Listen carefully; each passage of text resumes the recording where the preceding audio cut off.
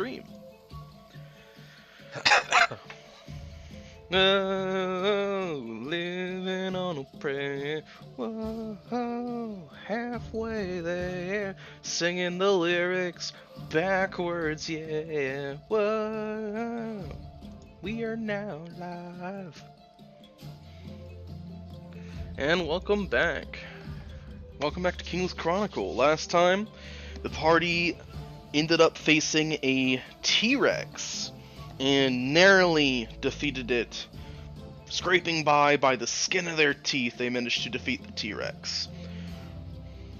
Afterwards, they made their way over to Dagdar, the mini-war chief, who introduced Gildas to the Forge and told him about some situations in the tribes.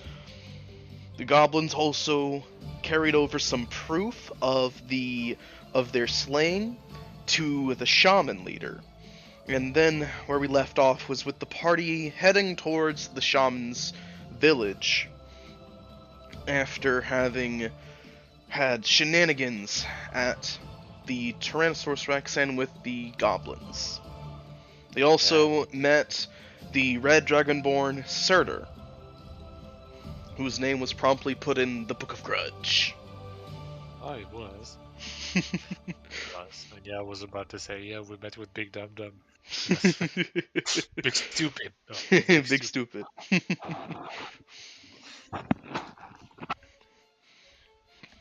So, without further ado, we'll get right back into it.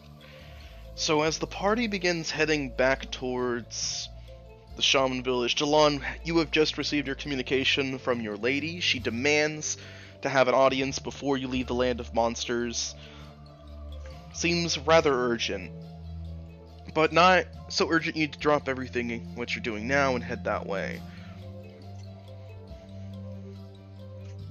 And as you finish that up and the party continues heading towards the shaman village, they begin to see some of the tribesmen are gathered as they approach.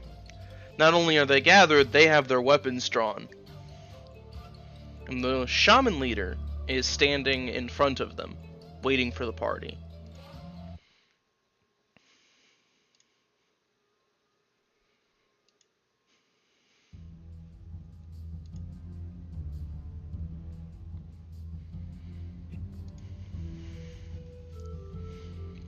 As you approach, the shaman leader slams his iron staff into the ground.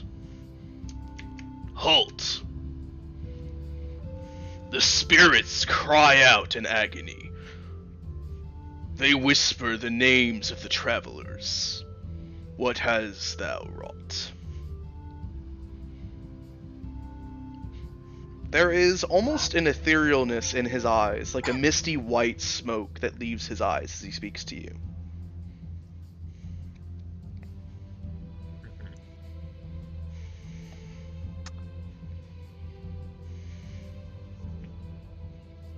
Well,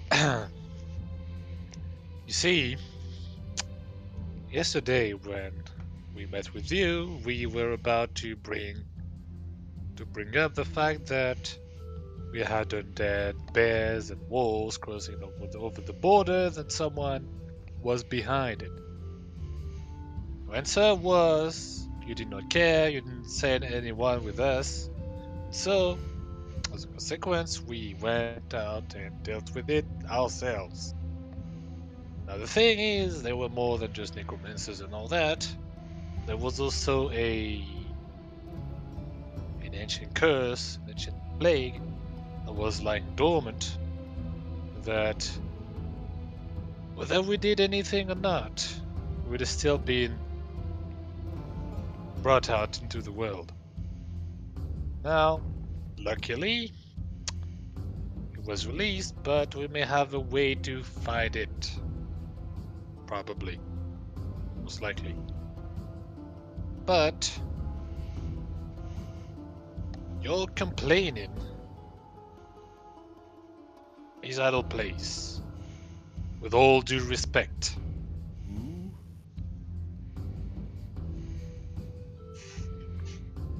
So after your words, Gildas, you do see as literal spirits are rising out of the ground and swirling around both parties. Bold speech. Bold speech indeed. I brought you in. I shared food with you. I put trust in you. And you dare to declare that I am to blame?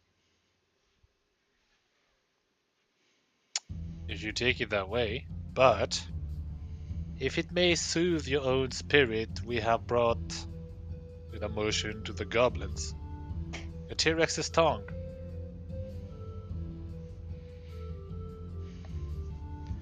He nods at this. So it was indeed your goblins that brought such a thing to us. Now, if you want the rest of the body, you can always follow us. He shakes his head at you. Simply stretches his arm out in a large sweeping gesture. The flock of the many surround the creature of one. Your accomplishment has already begun spreading across the land. Before the tribes gather for more, you must answer a question. What does the Pink War Chief desire? What is his ambition? If your answer pleases me, you may dine at our table.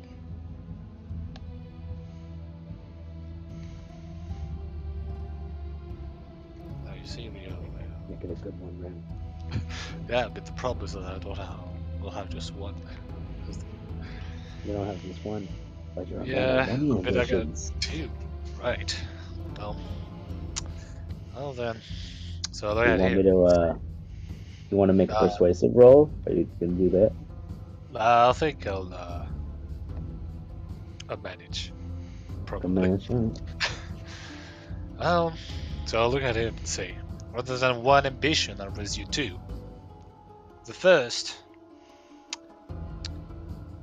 is to repay my godmother, the goddess Bridget, and bring back to life her church and all that entails. The second ambition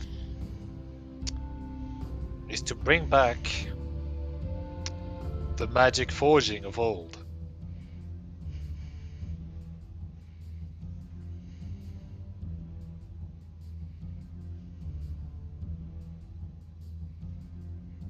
He stares at you with his wispy white eyes and nods slowly. And you have no ambitions of conquest, division, or assertion. It's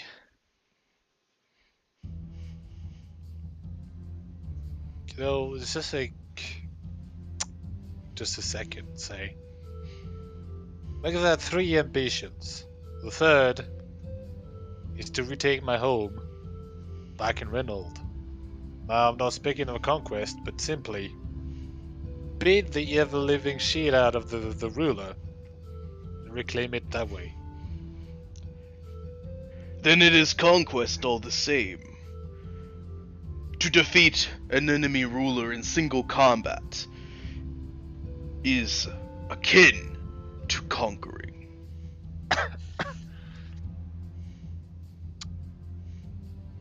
Well, on that point, you would be correct then. By now, Gildas, the spirits swarming around both parties are dense and very palpable in the air. As if there is a... like they could snap and just completely swarm one party at any moment. But they don't appear overtly hostile or anything. No, but they do seem ready to leap at a moment's notice. Right. Do I have your word, War Chief, that you, your goblins, and your weapons of war will not be turned on the tribes? You do have my word. Then stick to it.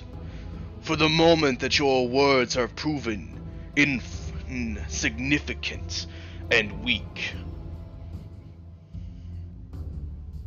you will be cast out and banished.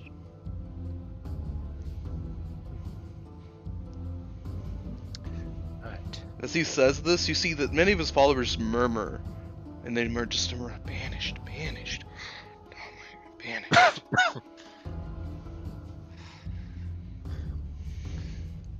Then whenever my word is weak, banish me.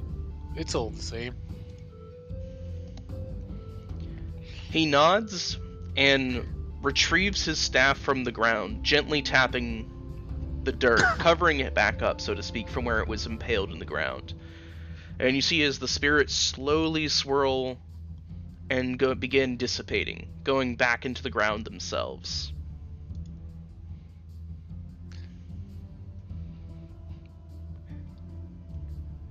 Then this confrontation is over. Come, War Chief. Join us at our table. Of course, of course. Oh shit. Welcome music. Now's the time to share merriments. Isn't it? Indeed. Come, War Chief. He walks over to you and claps you firmly on the shoulder, pulling you at his side.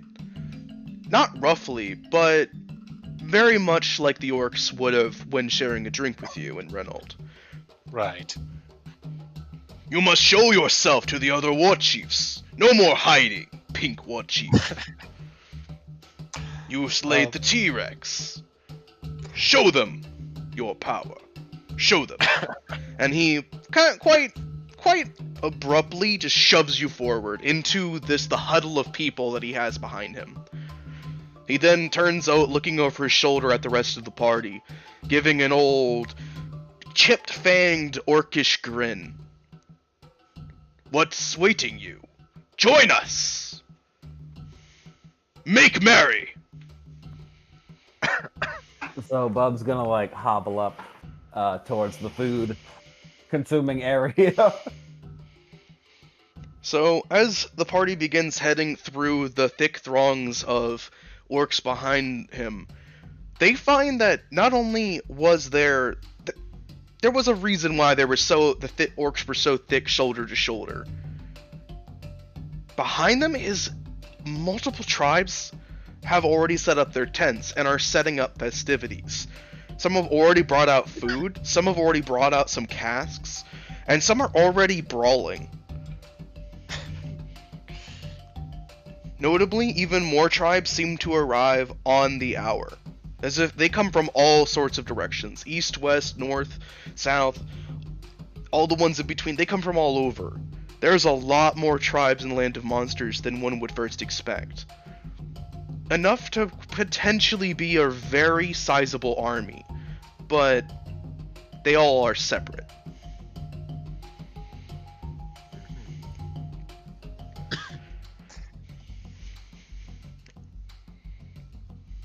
About 2 hours after the party is in the festivities, the party sees that there are multiple sort of types of sleds, essentially. Large sled-type vehicles being pulled by larger than average dual-headed oxen that are essentially pulling chunks of the T-Rex behind it.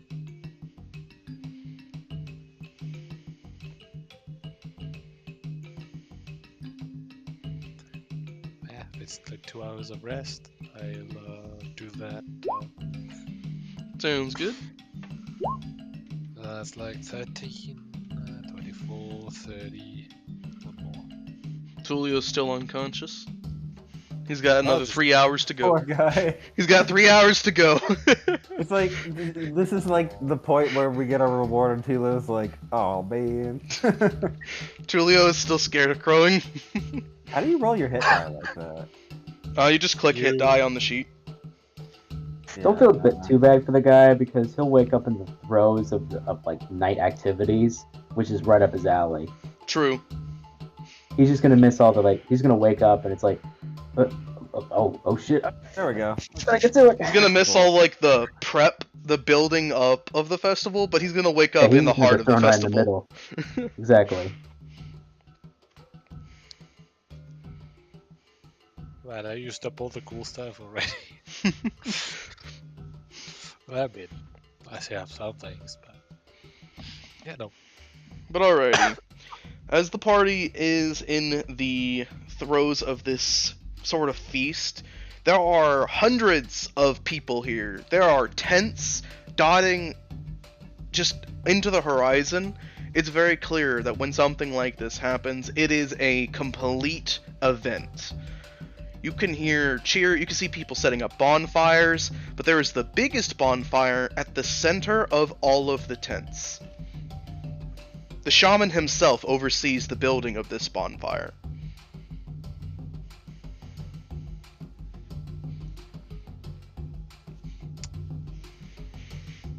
I must say, I didn't expect that many people to just come here. How many tribes are there? Who are you asking this to, Gildos? Anybody who's hearing,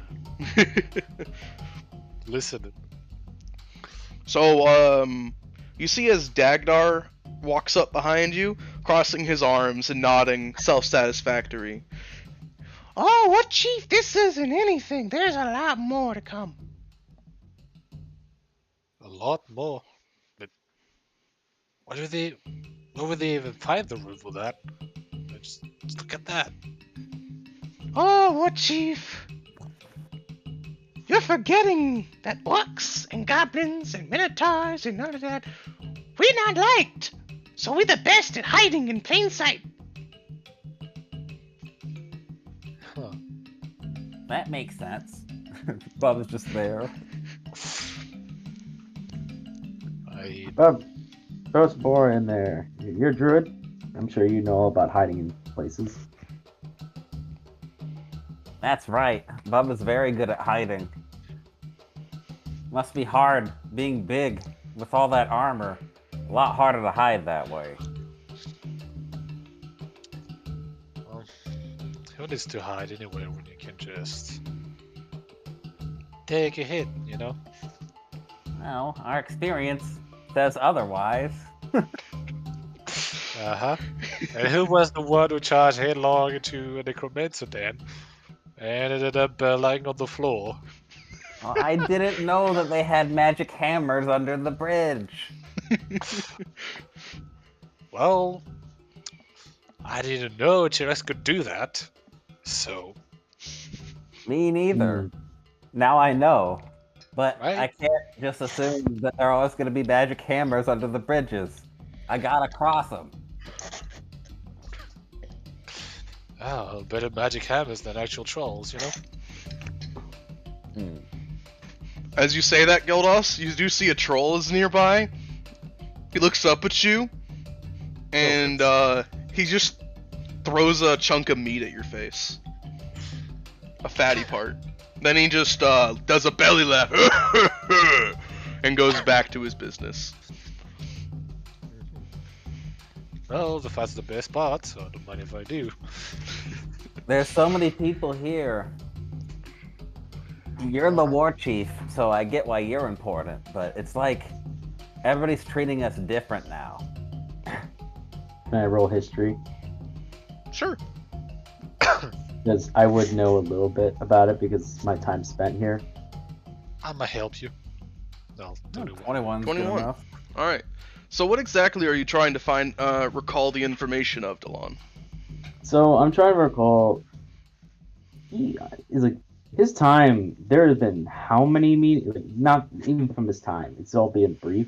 the amount of times a bunch of tribes would come together is very few and far between, correct? Very few and far between. Usually only Mhm. for matters of state or very, very specific discussions. This is the or when somebody brings something as big an offering as, say, a T-Rex corpse. Right. The last time they gathered like this was was when the last T-Rex was killed, which was a few years ago, maybe. And that was a whole group. Yes, there was a group led by a human that slayed a T-Rex and brought it as offering, and the human was made an honorary war chief. So, Dewan will speak up. It's not just the amount of people here, it's the purpose that comes behind it. Matt, is it? We slayed a great beast today. I do not recall how often even a gargantuan T-Rex is taken down. Usually they are somewhat smaller, but this one was quite large in particular. At least, if I remember the stories correctly. In fact, Sir Gilthus, I've been meaning to speak with you on this. Oh, of course. We need to get you ready. Get you what? You defeated a T-Rex, Sir Gilthus. You spoke to the shaman. You are in front of other war chiefs. One will challenge you tonight. Many may even challenge you tonight. You need to be ready for battle. Ceremonial battle. Many times, yes. We already have a banner on the cart. We can use that. If I may say so, he looks to Dagdar. Dagdar, you still have the banners, correct? Oh, yeah. Good. Do me a favor. Make sure that's all ceremonial prepared in case there's a challenge. And if you be so kind, if you have any weapons you're working on with the war chief, now would be the time to bring them. Way ahead of you, mini war chief. Good. So Gildas, you're gonna have using your other weapons in this manner would be frowned upon. You only will be allowed, I'm sure, items which your clan has created. This for which I am certain of. From personal speaking, such. You see Talon actually roll his shoulder a bit, as if he remembers an injury. Well, see, I've already been thinking about that. Of course, I'll be using my old spike shield, which has proven to be quite efficient. And, of course, remember this. And I pull out the cactus mace. Ah, war chief captain. Well, of course I did. Dagda original design.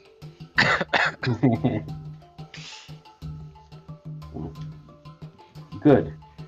Now that you've had your weapons prepared, just being sure that should this come to blow, we will be in your corner. However, we may not be able to interfere until after a bout is decided. I wouldn't want you to interfere anyway. Dagdar nods very smugly. Yeah, you don't need to interfere. War chief got this. And it's settled then. Until then, we best enjoy ourselves as the preparations begin. It's going to be a long night. Indeed. I can already feel my head aching tomorrow. And not just because of what happened earlier. Alrighty. So, party, what did you want to get up to at the moment? There is plenty of things to do. There are still people at vendor stalls. There are people with meat and drink. There are some arm wrestling competitions happening. There are some wrestling competitions. There's a drinking competition happening. All sorts of stuff. So Bub's gonna look around and see that everything's like really fancy. He's like, And so I'm gonna change into my nice noble clothes that I got earlier. So they're fancy by Land of Monsters standards, but Bub's gonna one-up the Land of Monsters residents by busting out his Asterium noble-looking clothes. Yes, exactly, exactly. He wants to So show I'm off gonna his bust scales. that out, and let's see. I don't think I actually have paper, but basically, I have paper if you need it. what I would like to do is like make a badge, and then like have fancy draconic words around, and then in the middle of the comment, it's gonna say emissary to the blue dragon. Alrighty. Or no, yeah, actually, it's gonna say supreme emissary to the blue dragon. Alrighty then. So Bub, you Who do you get want? the materials to do so, and you're easily able to Sweet. make such a thing.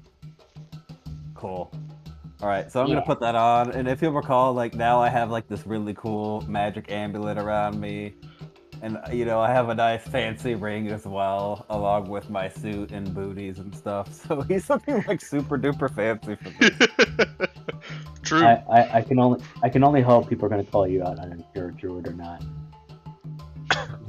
You talk and you talk like all creatures, but you would have no drama.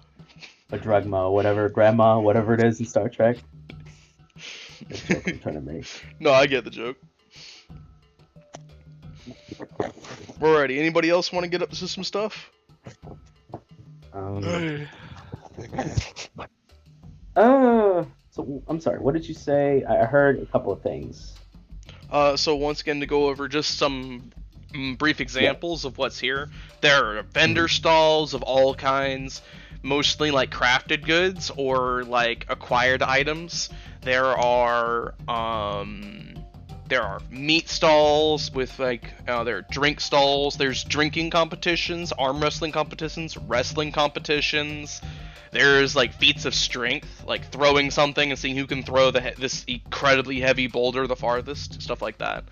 There's like javelin tossing. There's a lot of good stuff. There's some shows of marksmanship for people shooting bows and the like. There's dagger throwing. There's all sorts of stuff. There's hatchet throwing contests. All sorts of stuff. Cool. Okay, so I think what Delon's going to do first is he's going to look at some of the wares, and he's going to finagle to get some gifts for his family. Because there's items here in the Land of Monsters that don't exist anywhere else. Very true. And he's going to try and finagle, get some gifts for his family. We could do a little scene on that of him trying, and then after that, I'm hoping I think Delon, he's going to take Harkin's words to heart this session, and he's going to try to be a bit loose. He's going to try and have fun. So I want it to kind of be like a slow roll of him like having more fun as time goes on. Very nice. Cutting loose. So I think we'll have that, and then he'll start doing strength activities, and hopefully he'll get a crowd. Sounds good. Sounds good. There are rewards on offer if you win, by the way. I'm going for it then. There's things can be won. I have to as a hero. But alrighty. So now that I know kind of what DeLong wants to do, what does Gildas want to do before things get going? Anything? Yeah, honestly, since his style is still like the calm before the storm, I'm just gonna go and get some drink. Just like walk around and take in the people, right? Like listen to what they have to say and like gauge like how strong the people are, like how strong the competition is, kind of thing. Sounds good. Just all in all, learn what I can from just strolling around. Alrighty. And Bub, what is Bub gonna get up to? So, I have an objective in mind. So I'm gonna look for somebody who's selling magical trinkets or scrolls in particular. Ooh. Alrighty. So I'm going to start with Delon's first scene, then I'll move to Gildos Oh. gathering some information, and then I'll move to Bub, and then we'll figure out where we go from there. Sound good? Sweet. Okay. Alrighty. So Delon, as you're looking around at the festivities that are happening all around you, you approach a vendor, and it's a big old Goliath lady. She's just sitting cross-legged with like a table laid out in front of her, with a well-knitted Goliath cloth on the table with some items on the top of it. As you approach her, she gestures you over. Come, come.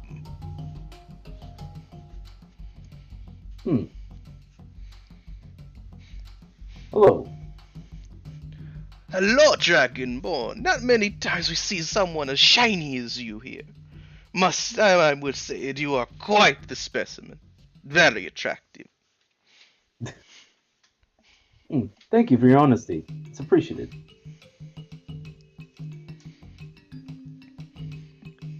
Are you from the following tribes as well? Yes. Though I am with my lady tonight.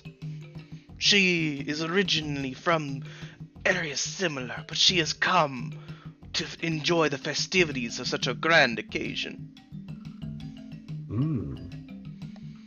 I was not aware our actions had spread so wide. She I'm glad I've has been her so ears busy. to the ground. Ah, I see. Well, splendid to have you. Splendid to have you. Now, does anything tickle your fancy, Dragonborn? I'm going to peruse their wares. So there's several things on her counter. She has like a little knife, like an ornate knife carved from some sort of animal bone. She has a little like beautiful little amulet. It's not magical in any way, but it's beautifully made and handcrafted from odds and ends. There's like an animal brush, like a brush that is meant for either painting or something like that is made from just animal materials. There are hatchets here. There's all sorts of little things. He's looking over. Pray tell, do you have any instruments here? Instruments? Ah, a Dragonborn, of course, would desire such a thing. She reaches behind her with one of her mighty hands and places what looks like some bones strung together on some sort of sticks, and two little odd ends, and starts playing a little bit of kind of like a xylophone on them. Does that sound good to you? Or do you want something a bit more airy? She reaches behind her and takes what can only be described as a bagpipe. That's more common, possibly, closer to King's Landing. That's something you could possibly get their hands on. The bone You thing could seems a lot- potentially get your hands on something like that in King's Landing. Maybe, Bagpipes but are the more bone seems to used be in like- Gloucester and Renault, though. Right. But this seems like the land of monsters all around the bone xylophone. Yes, it is very much a cultural instrument. He's like, I recognize that bagpipes, Gloucester, Renault. Quite the powerful instrument. Such solemn occasions use them. But this bone xylophone. Pray tell, what creature did you use for it? Ah, we use the creature from the Rinaldian Mountains. There's a great many beasts up there. This one I made myself. It is from a great boar in the mountains. White is its fur, powerful are its haunches, and deadly, sharp as blades are its claws. Its bones are unbelievably resilient and have a certain hollowness to them when strung across other bones and hit just right with the right kind of material. A musical sound can be heard. My brother will love it. I'll take it. Then it is yours. She just hands it to you with a wink. But surely, you jest. Take some of my No, coin. no. You are quite attractive. She wants it. Delon just kind of pauses. I see. Well, I thank you. Your kindness is greatly appreciated. If there is anything I can do to repay such an effort, please do not hesitate to do so. Well, this if I evening may, my tent flap may be open. aside from that, my lady, I must be on duty at all times. My deepest apologies. I was worth a shot, eh? She shoots you another flirtatious wink. Delon blushes a bit, but he laughs and appreciated. Thank you again. No, thank you. The only other thing I think he would go for is he would try to get some fur and pelts, or something like a nice cloak for a couple of his family members. She does have those on offer.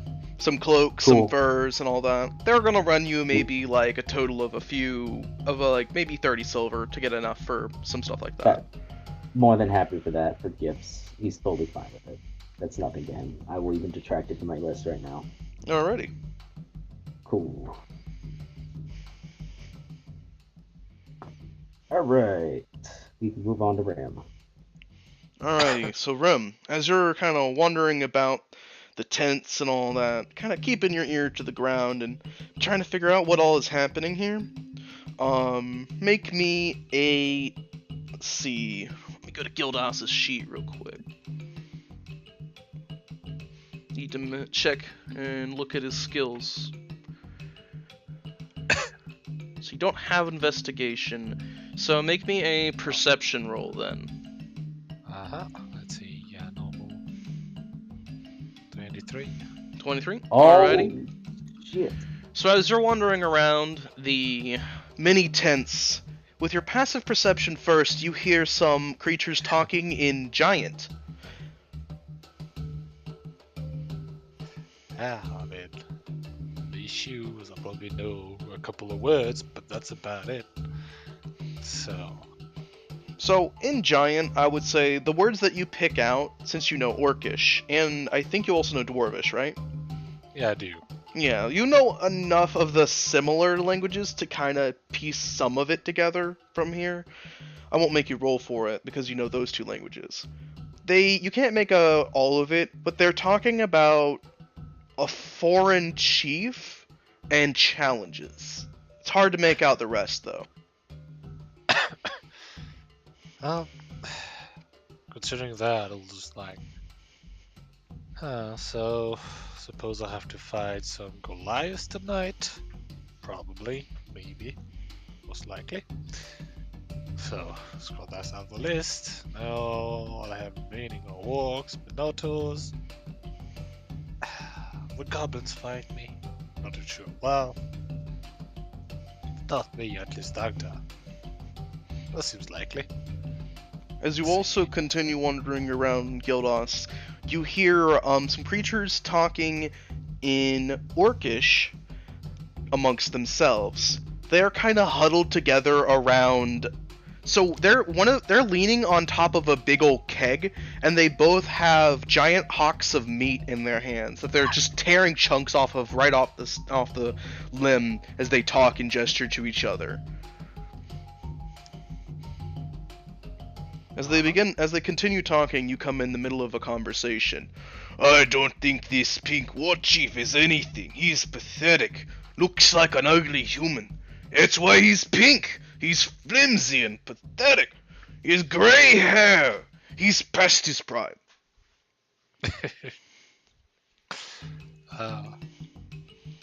Can I, let's see, hold on.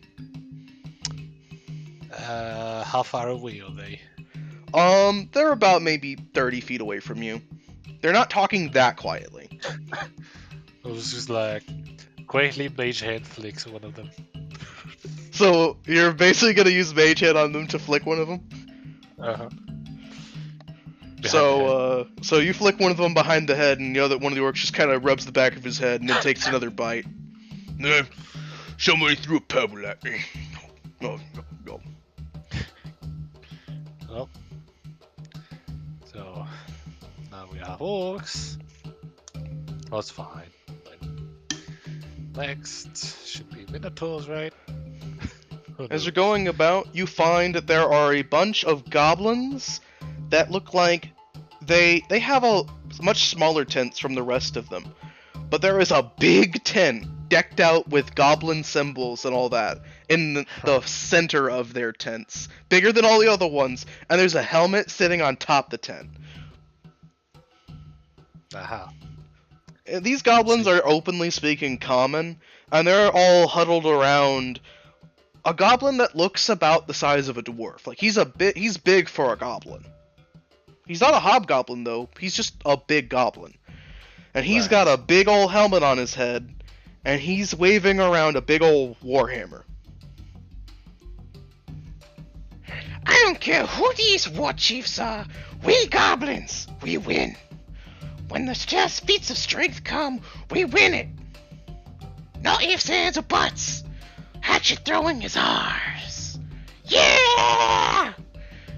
Dagger throwing is ours. Yeah! And those two foreign war chiefs will show them the power of the goblins. Yeah!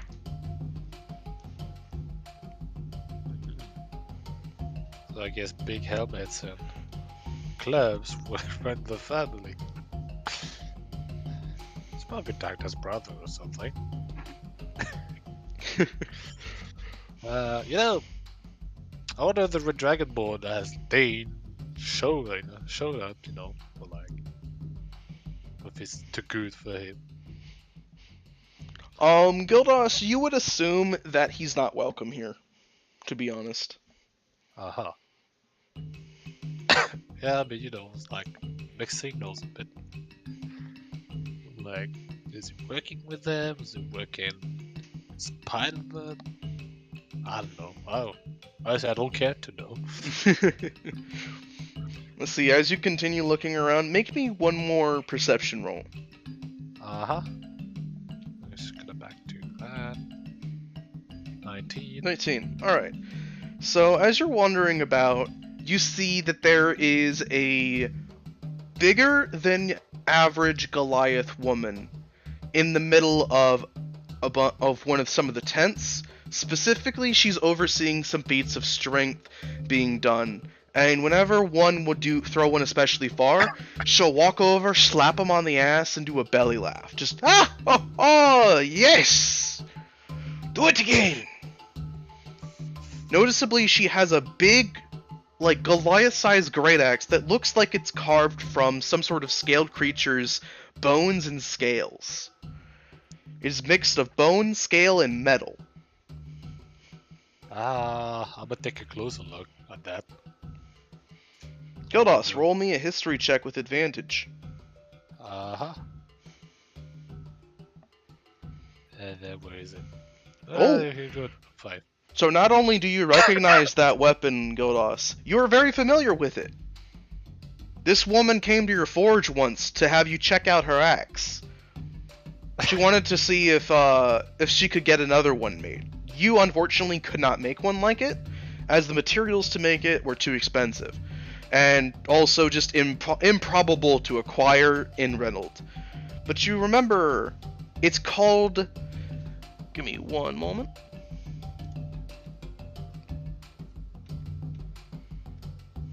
I'm all for Gildas, the deep lore for Gildas. Let's do it. Uh-huh. It is called Drakefall. The Feller of Drakes. Hold on, let me write it down. Just need to find the right text file. Well, actually, considering that, I'll actually walk inside the tent. I'll make my way toward the axe and say, well, now that's something I haven't seen in quite a long time.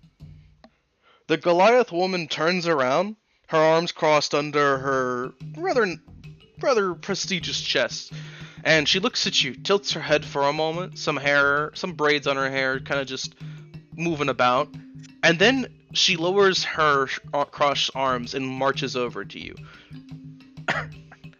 She stares down at you for a moment, and then grins. Gildas!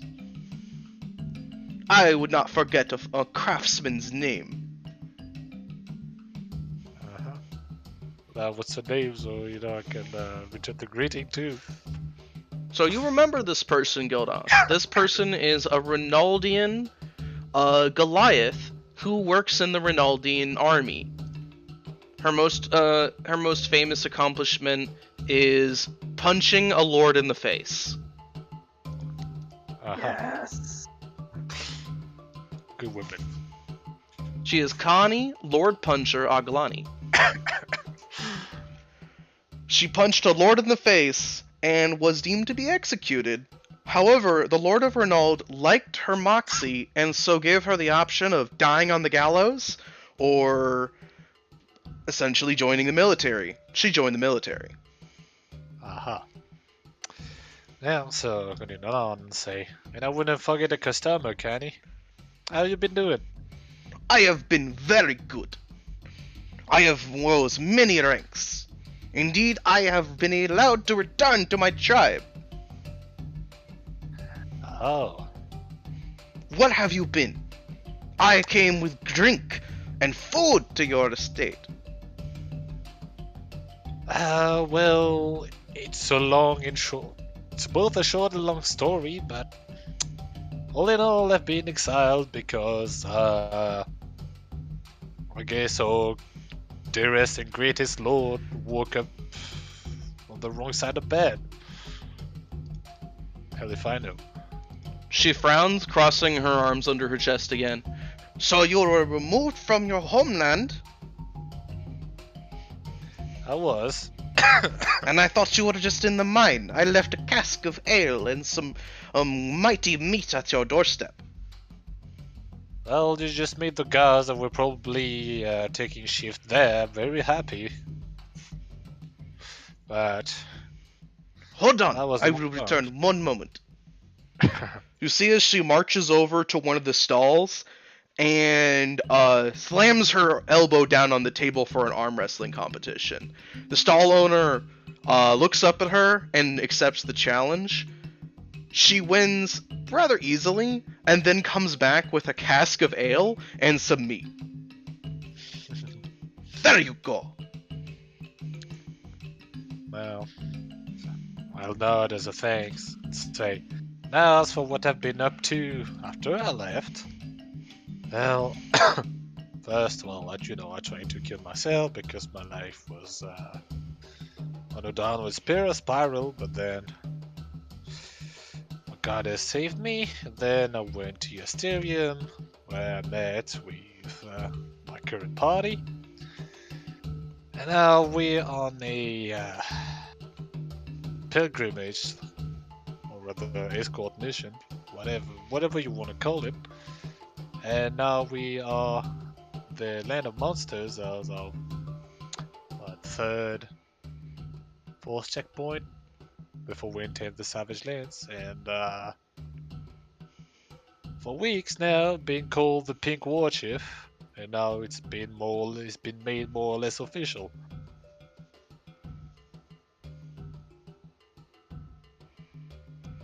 I see. Good woman, your Bridget, for saving you. The loss of a forge master like yourself would be a tragic event.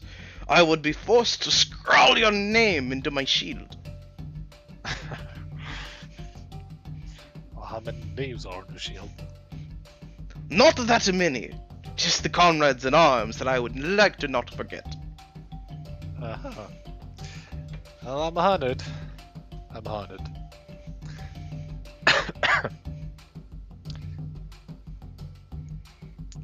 Now, Gildas, I do have a question.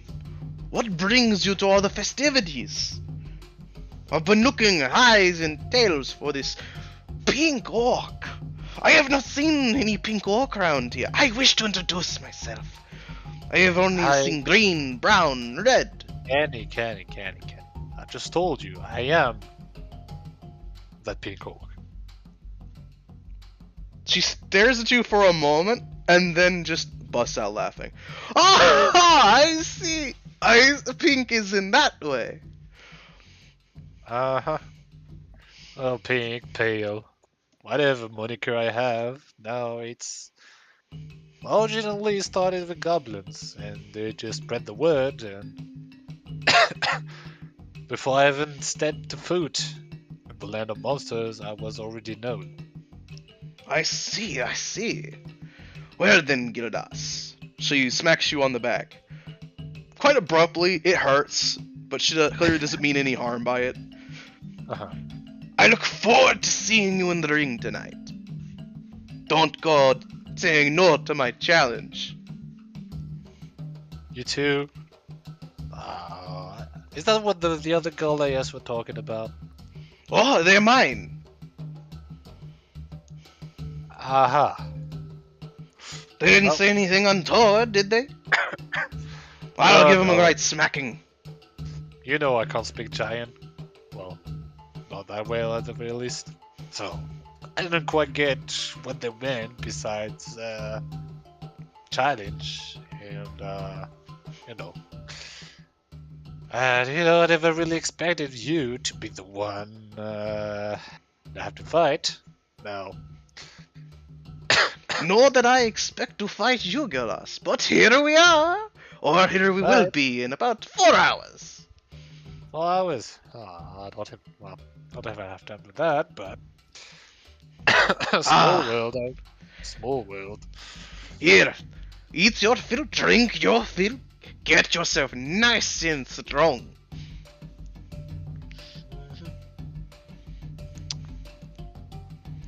I have to make more rounds. I am a foreign war chief in a foreign land, after all. I must make myself familiar. Yeah, I mean, I was just doing just the same till I crossed your path, so. Ah, great minds. Well, I'm more of a observer rather than, like the thing you do, you do. Ha ha ha! Indeed. I don't know why you don't act more, Gildas. You have the makings of a very prestigious man. Alright, but I like to keep it simple. That is That's right. also good. A simple life is a simple pleasure. Uh-huh. I just got to call that a simple life, but now I don't really know, but I know. After our brawl, I demand to share a drink, and you will tell me of your mercenary travels. I will. I mean, the night will be long, so there'll be plenty of time. Good. But alas, I must leave you. Ah, I can see a Minotaur across the way, eyeing me. I must assert dominance and tell him I am not interested. Well, good luck with that, then. See you in 4 hours. Aye! She picks up her axe and starts marching, stomping over towards the Minotaur. Hey, you! Is your muscles as small as your package? Yeah. Shake my head. Take my food and leave. I have to fight Kenny. Well, there's someone I don't really want to fight. Well, at least a few months ago. Nowadays, I don't really know, but. Good luck, bro. It's okay. She only has like a name weapon. How hard can it be? Right? Nah, it's fine. I have the magic with me. I'll be good. Probably. It's depending on how many fights I have to do.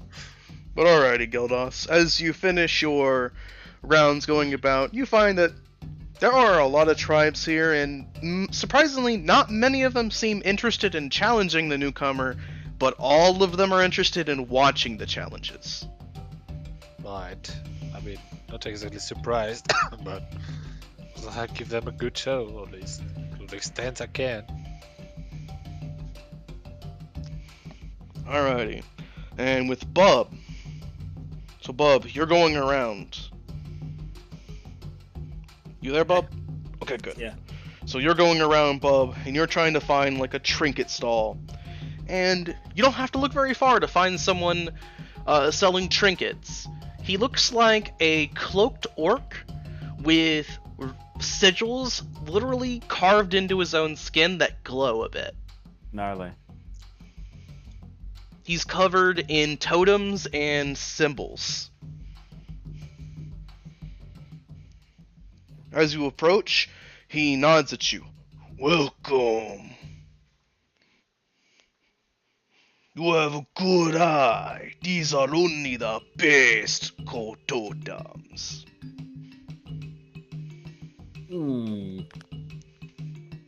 I am Bub, and do you have what I need?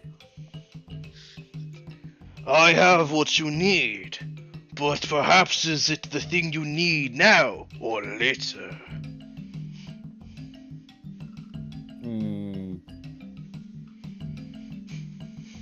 Well, I need something that can summon me a familiar.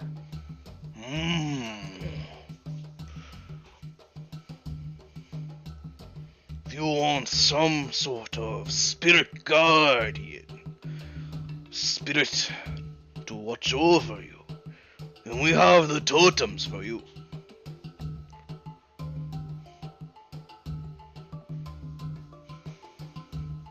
So Bub just very suspiciously looks at him as he waits to see the totem.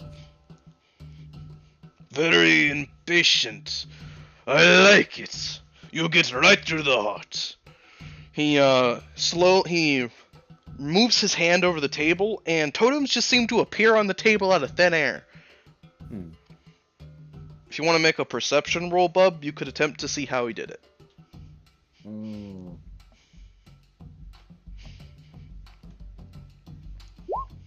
Nope.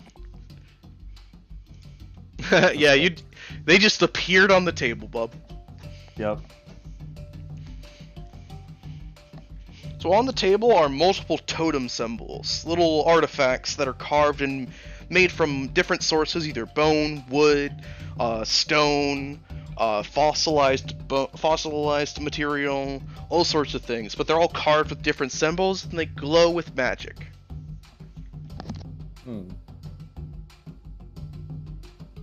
So, are these totems carved in, like, particular shapes of animals? Like, would I know what they represent?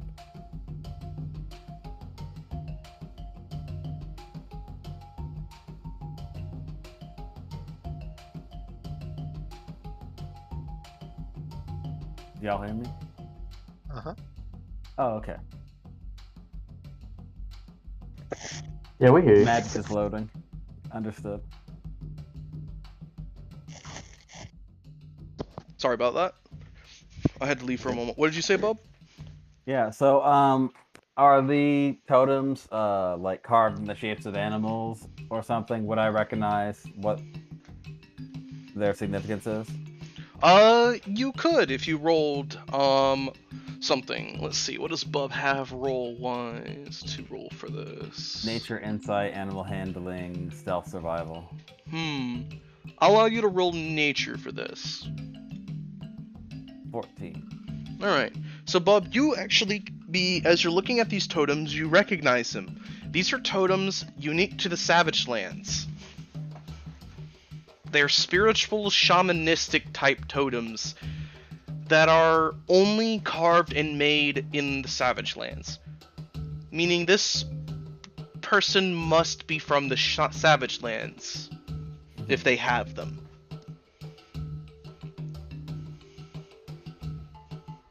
They are essentially magic items that are similar to the stones of, say, that would allow you to cast one spell, but once you use it a certain amount of times, it's gone.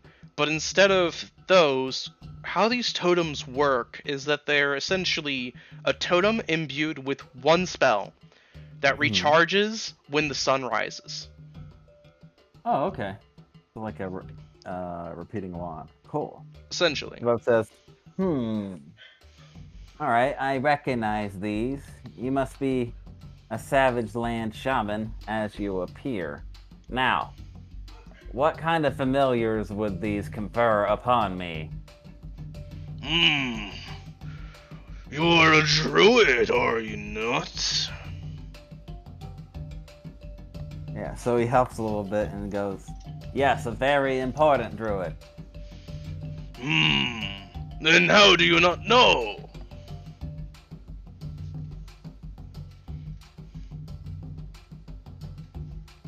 Yeah, so Bub's gonna say, I grew up in the colleges.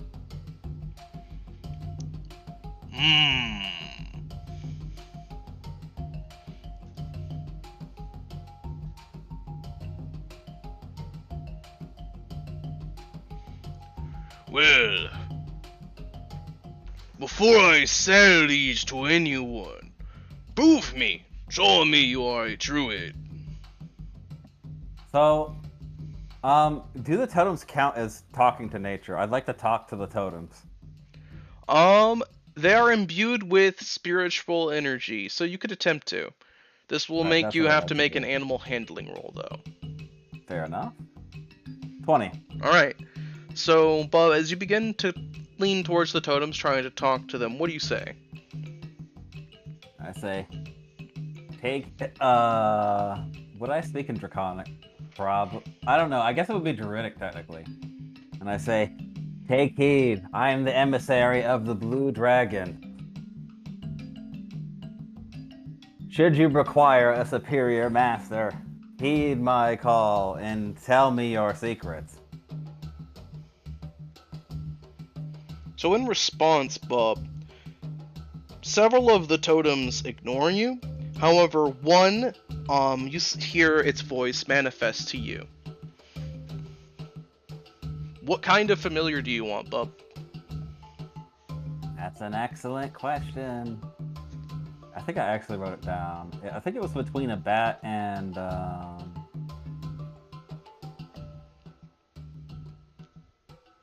I think it was a bat, yeah. So you want a bat familiar?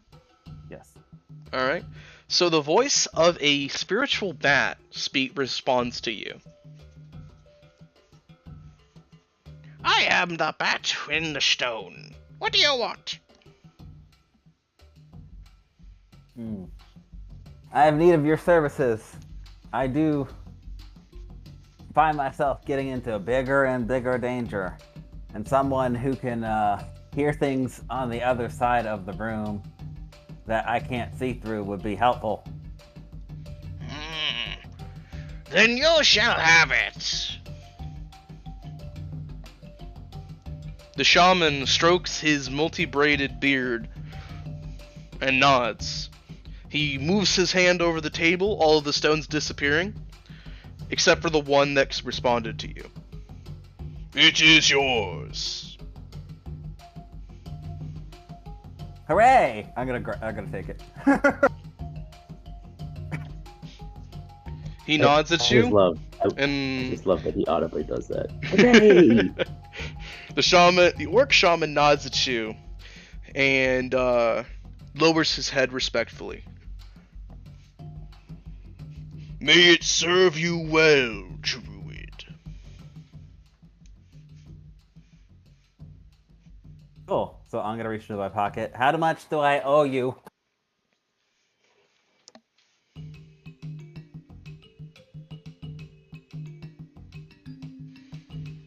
You owe me nothing, druid. Simply one thing.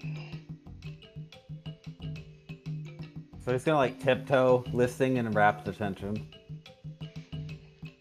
There is a temple in my homeland, surrounded by horrid plants and creatures. I have lost my trinkets, my own totem, long ago when I was a boy. In respect for one trinket to another, if you find that trinket, come to the village of the Rocktooth tribe. Rocktooth? Rocktooth. Okay.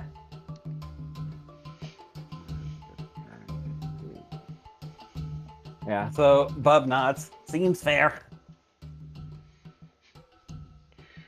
Then the trinket is yours. Da, da, da, da. Let's see, so what should I call this? Essentially, it is a totem of of a find familiar bat. It allows you to cast Find Familiar without using one of your spell slots once per day. Dope. It refreshes when the sun rises. Cool.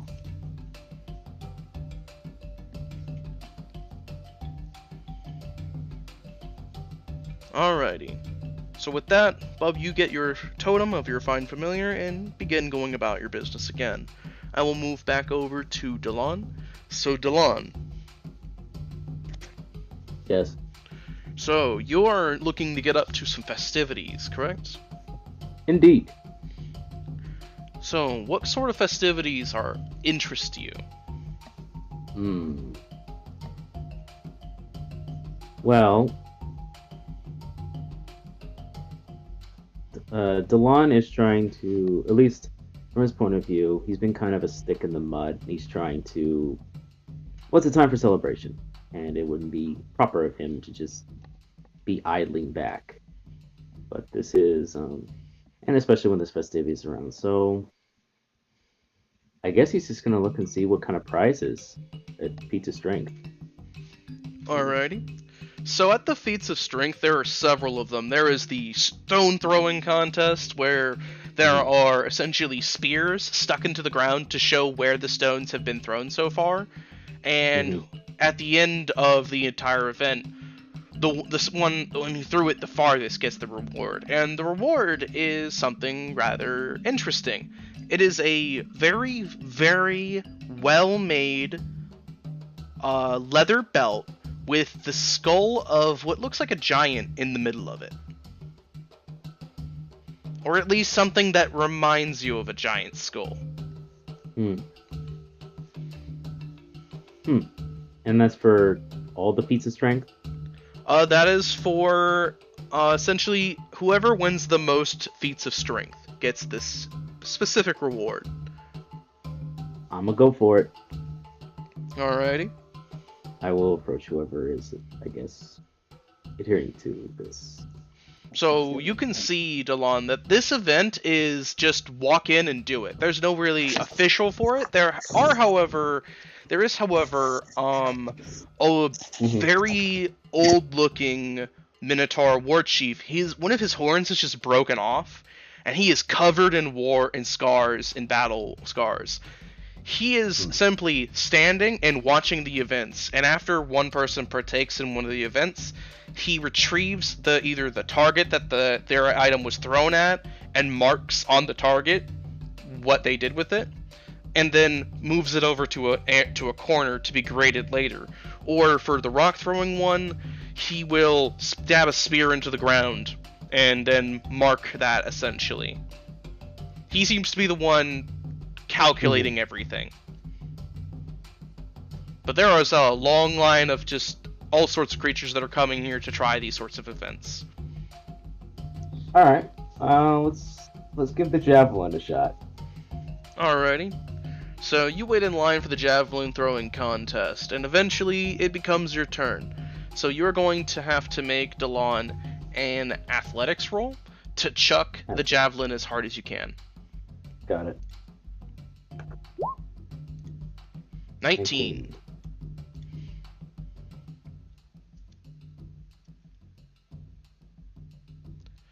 So with a 19, you wind back and you take your form of the javelin. You notice that nobody is on any horseback, so you have to be your own strength here for this.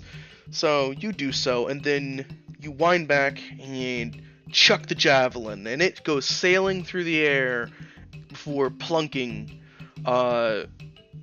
towards about almost dead bullseye on a target.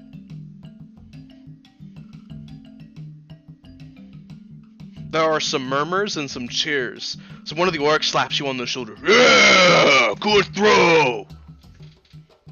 Thank you.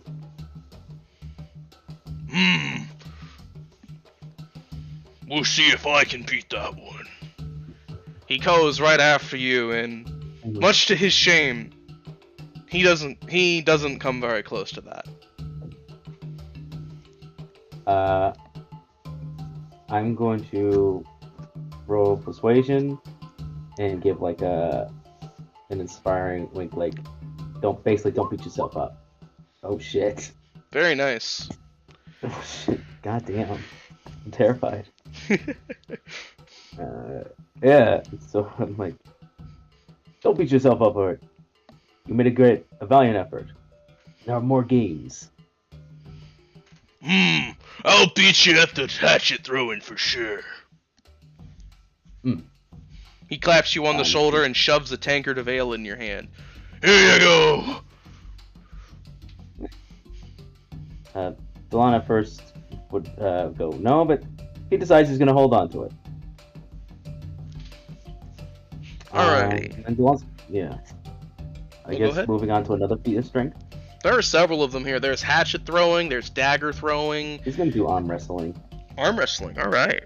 So you move over to one of the arm wrestling feats, and there is a single official that seems to be the one to challenge, and essentially whoever can beat him in an arm wrestling competition is the victor of this. So far, everybody is leaving with just holding their shoulder like they dislocated their arm or something. Everyone's left like that so far. When you approach, there is a big Goliath man just sitting cross-legged with a table in front of him. He just has his arm on the table and he looks bored. Excuse me, good sir. Would you be interested in the challenge? I'm using nice challenge. Gets disadvantage on all things.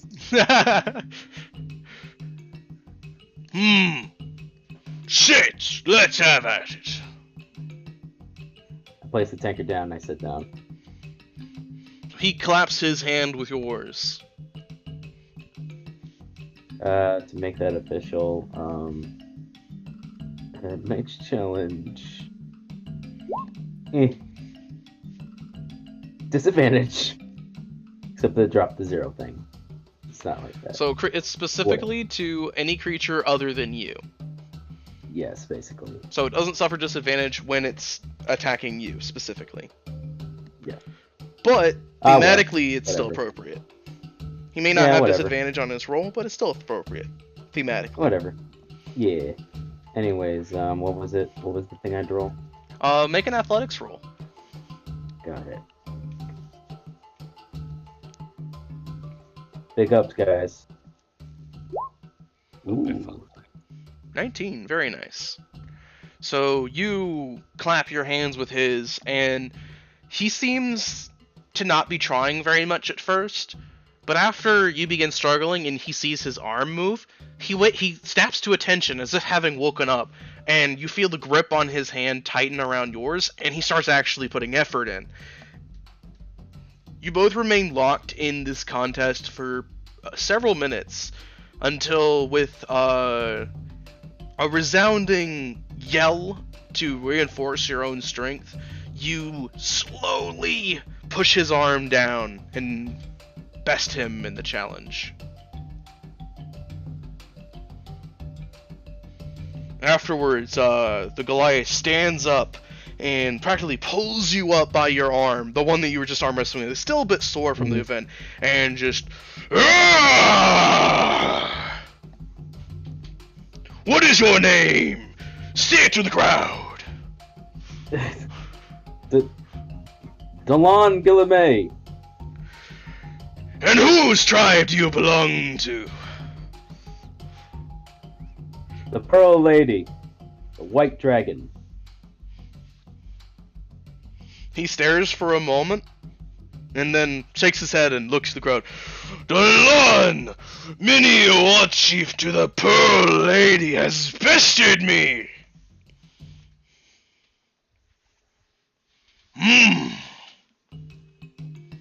Sorry, Keltis, my loyalty technically lies to the Pearl Lady. That's fine. ranking Just wise. about held accountable for whatever you do. I actually didn't know what to say there. I'm like, oh, what is the technicality? Whatever. So after that, you see some cheering around you, and several raise up their drinks and raise up their meat as well. There's a big camaraderie about you besting the arm wrestling contest. Notably, some of the orcs and minotaurs and all that who lost the arm wrestling competition earlier walk over and give you basically a hunk of meat with like a nod, like, yeah, you showed him. This is from all of us, kind of a thing.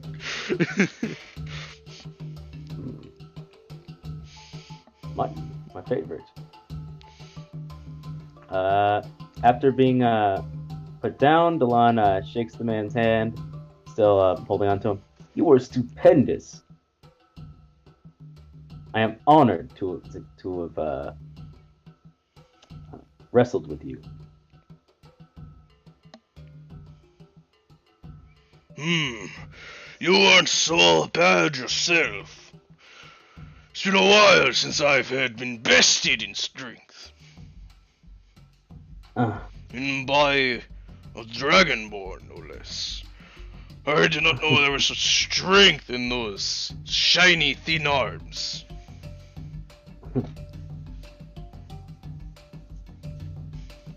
There's more where that came from, if you've ever give us the chance. But until then, I have other challenges. And he grabs his tankard, salutes with the meat, and eats it. And begins eating on it. Alrighty. I'm just basically going to go place to place and try to win that belt. If you want other NPCs to go and interact with me, I would love that. But in the meantime, you can move to another player. I don't want to. Alrighty. I'll become WWE champion up in here. John Cena! So I'll be back to Delan in a moment then. So, back to Gildos. Anything else you want to get up to at the moment, Gildos? Also, I almost want to try the drinking contest. But that would be a bad idea. There is a reward for the drinking contest. I mean, yeah. I mean, if I made any brilliant kind of castless or restoration on myself is what I want. You would have to make a con save to see if you could actually properly do it. You're goddamn right, you can. Yeah, well, let's try it. But... Alrighty. So you go over to the drinking contest, and there are a lot of people here, and essentially, the contest is judged very simply. Whoever can drink the most of the Land of Monsters unique brew, which is a clear, translucent brew with red berries in it. Whoever can drink the most without retching or going unconscious is the winner. There is a single stone slab with tallies on it. Aha. Well, I assume there's like some barrels that are like on the side, right? There are very much barrels all over the place. There's also noticeably a lot of unconscious people laying on the ground, and there's a few that are retched and then fell unconscious in the area. Yeah. Well, don't think I have antidoxes as well. You know. I might just drink that, as a chaser, right? So yeah, I set myself on one of the table and just like look at like the spectacles, like start checking. All right, so make me a con save. Right this way. All right, Well, so you start chugging and you're going good right now. You chug and you've knocked back maybe 5 flasks so far. Make me another con save. alright. Was it 20? Very nice. So feeling like Yeah, this stuff yeah. is not very strong, you just, not compared to stuff you've been drinking for a while, you just start chugging like nobody's business, and you just start chugging it down, and before anyone realizes it, you got like a keg down so far, but you feel as like the fire from the unique brew starts to burn in your belly, and you want more. You start going for more. So make me another con save. Uh-huh. Ooh. Ooh. So you start slowing down, and you're starting to feel it now. It's starting to hit you hard. You're not down for the count yet, but you've heavily slowed down after your downing of one keg.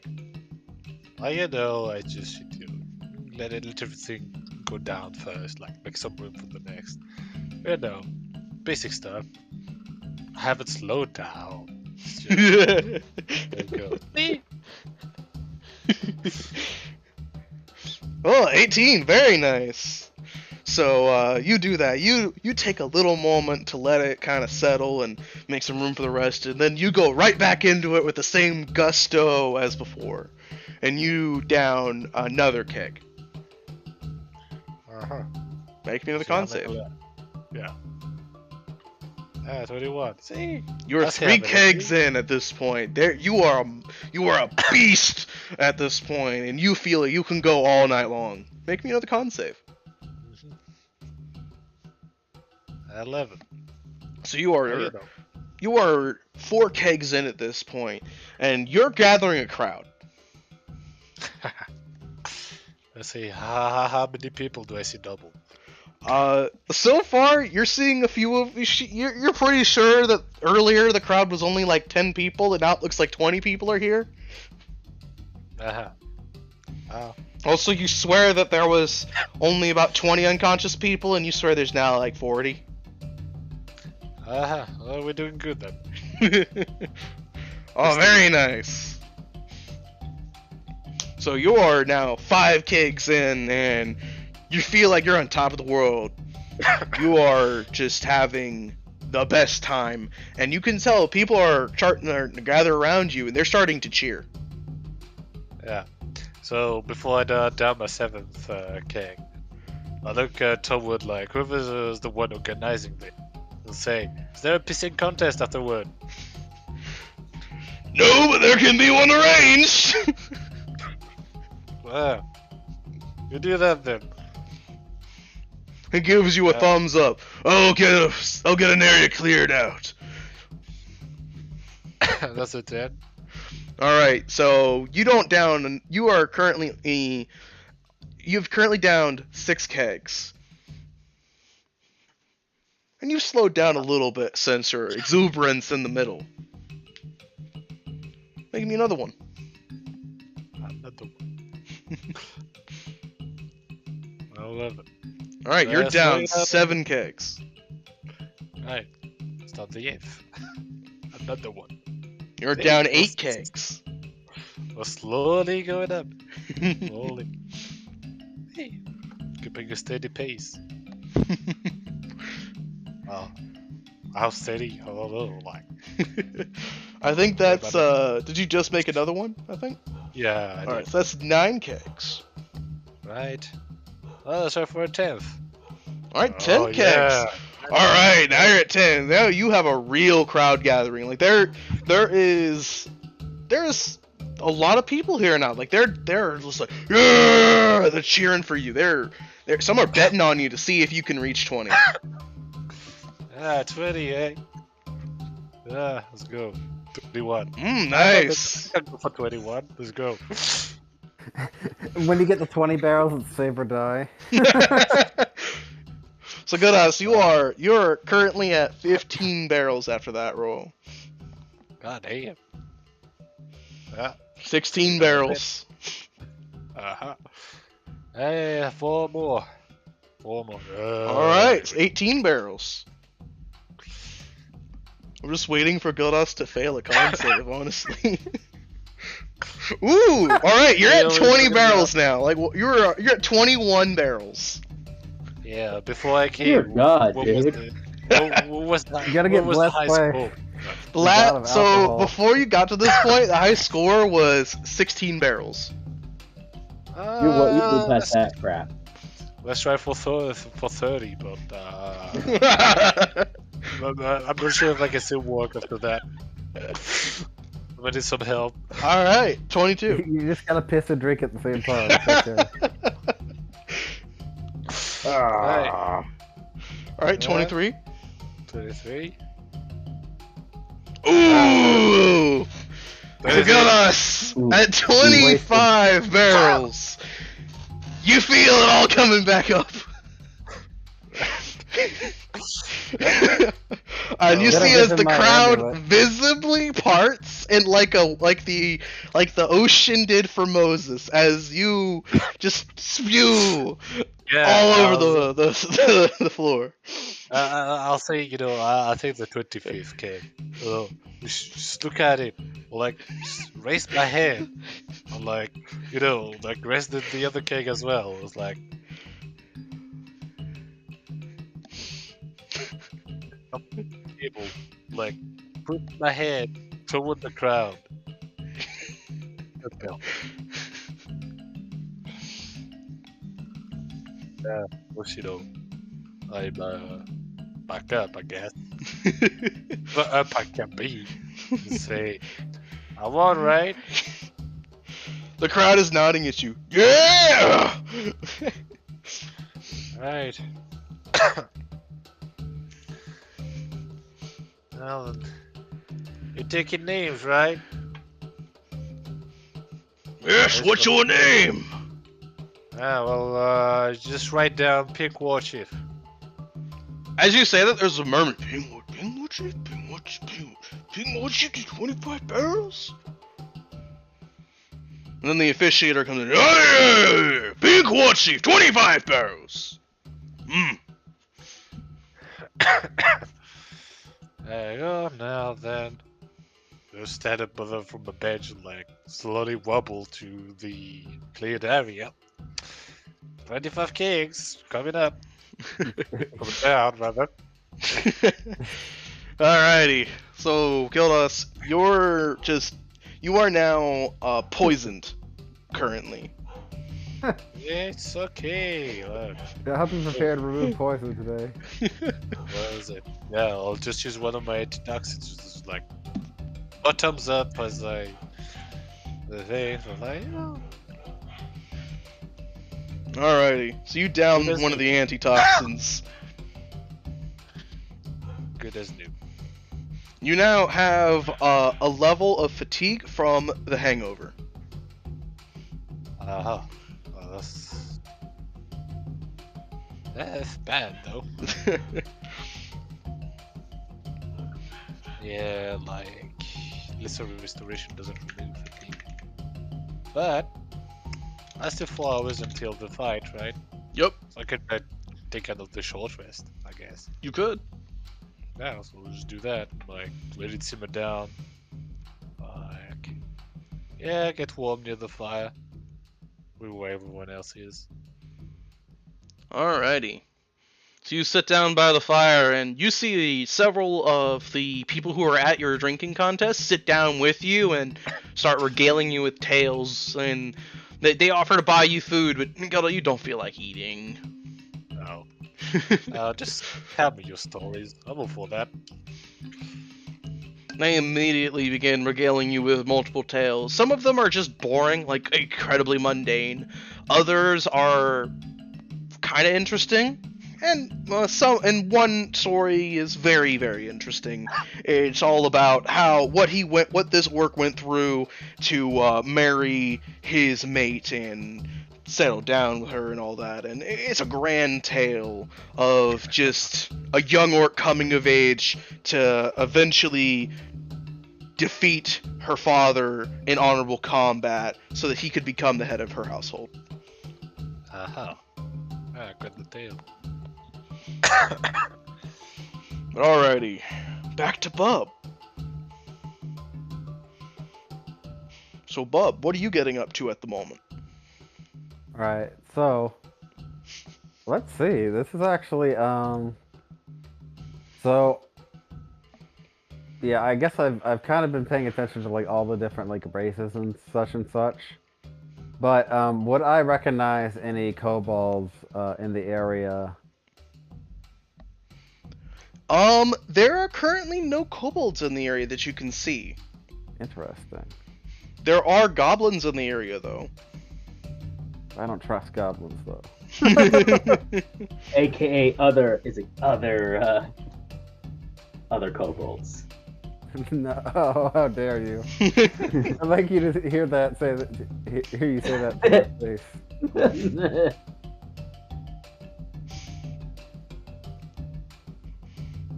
see. Is anybody like selling the equivalent of like tamed beasts? There are some people selling creatures. Cool. Okay, I'm gonna go over there in that direction and see what's on display. Alrighty. So as you approach, the display is run by what looks like a rather short person in a cloak. It hides a lot of his features.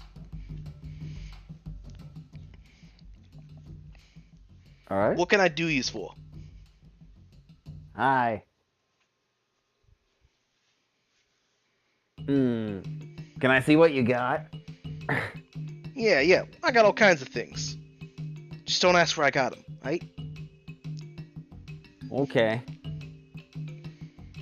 He nods and pulls back some cloths on some cages. There is a bear in a cage. There is a wolf in a cage. There is let's see. There is what looks like a fairy in a cage. Neat. What kind of fairy? It looks kind of like a pixie, but not really. It's a sprite. I always get those two confused. It's like a running joke.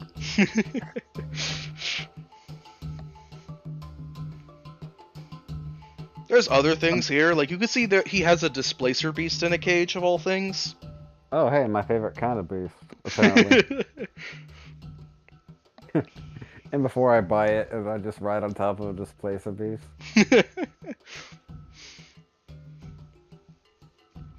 Yeah, there's a lot of things here. Okay. Is there anything in specifically that you're looking for, bub? Yeah, so I don't actually need a mount. I just like the idea of looking for one. If the pixie can go invisible, I want it though. And here I thought Bub was coming over to see the animals, so he'd seen the animals to Well, wild no, shape into so- later. Yeah. So I'm gonna say, can I sample the merchandise first? Sample the merchandise. Yeah. Yeah. How do you mean? Like, talk to him. Yeah, sure. Whatever. All right. So now I'm gonna stare at them and add them to my memory bank. Alrighty. I'm gonna talk to the animals and see what's up. Talk to the animals. And if I don't like what I hear, I'm setting them loose. So, you go to talk to the animals. Make me an animal handling roll. Sure. And then animal handling. 21. Very nice. So, Bob, which of these animals are you going to talk to first? Well, first I'm going to talk to the ones that obviously you couldn't talk to normally. Like the bears and the wolves and what other animals there are that can't speak common. And then I'm going to talk to the ones that can speak common last. Alrighty. So you head over to the bears, and as you go to speak to the bears, one of the bears chips up and begins speaking back.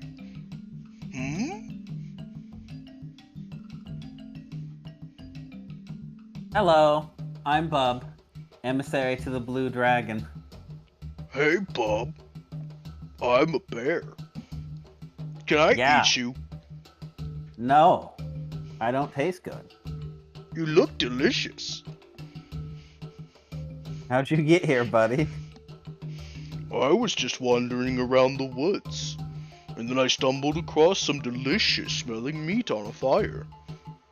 When I went that way, I ate the meat, and then I woke up in a cage. Well, that's tough luck.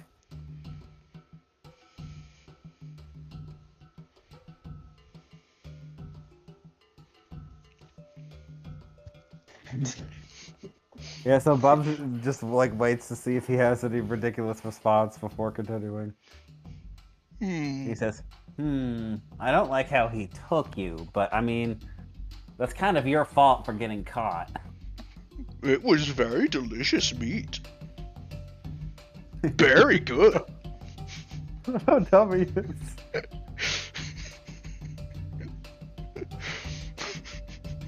And I say, you see anything interesting in your captivity? One time I saw a red-scaled creature riding on the back of another one. On top of another one, was it the same creature? No, different creature. Are And they one here time- now? No. We simply passed by. Another time I saw black cloaked figures with red symbols on their heads. Would I know what this is just from memory? That sounds kind of like either members of the Red Mega Society or something similar. Red Dragon Cult? Question mark.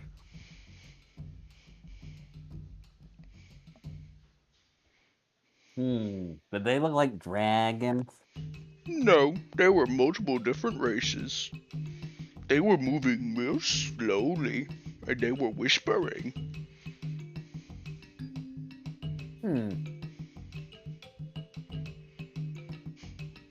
Well, that's neat. But if how could I buy you if you're gonna eat me? That's no good. It's very good for me. Well, I'm sorry, but you're gonna have to go join the circus, I guess. No.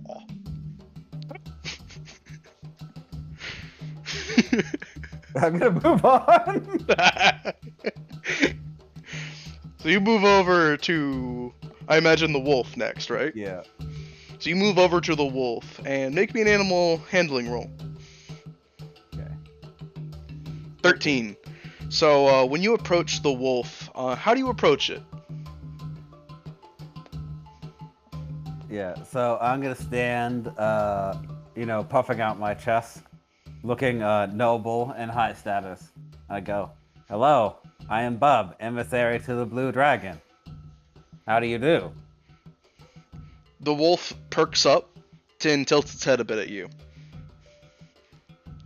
What's up, Blue Dragon?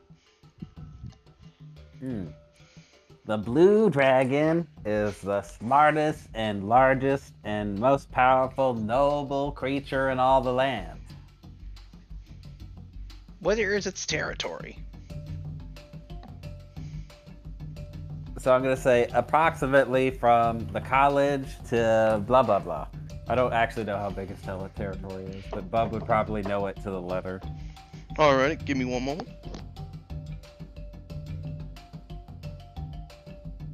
I could tell if I was looking at the map, but we're looking at another map, so.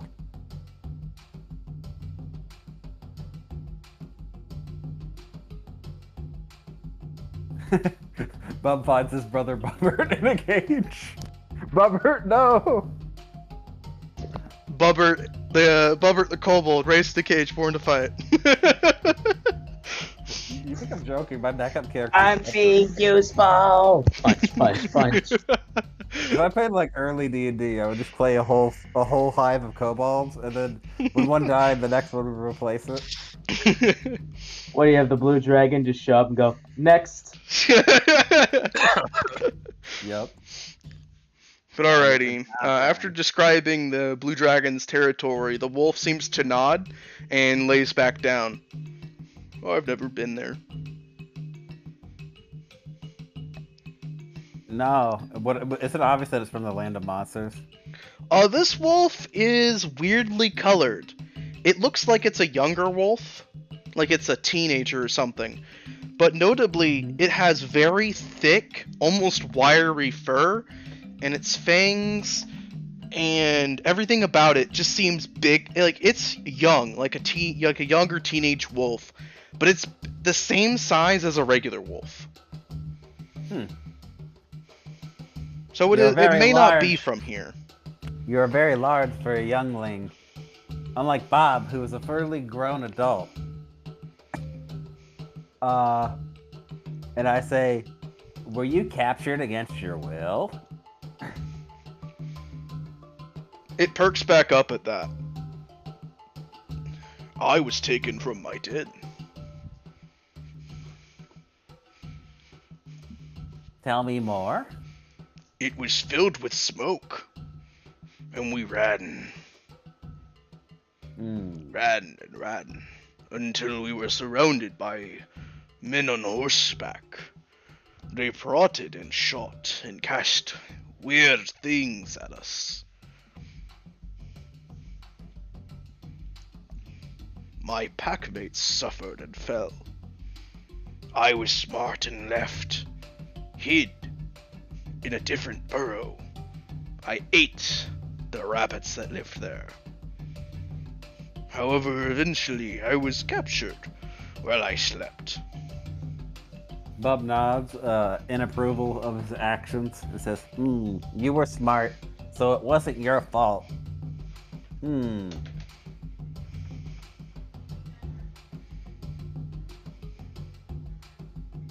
So Bub says, I happen to be a rather wealthy individual. I could buy you and free you from this mess. But you have to not eat me. You look rather scrawny to me. Not much meat on your bones. Exactly, that's what I keep telling people, but hardly anybody listens. They might have a satisfying crunch, though. Well, maybe. But I'm a powerful druid, so I'd advise against that. If you set me free, I'll make my way back home. But you would just get captured again. They would find you. No, I'd find a different den. And I'd only go out at night. Yeah, that's what I would do. Pretty risky, though. It's risky to go around alone.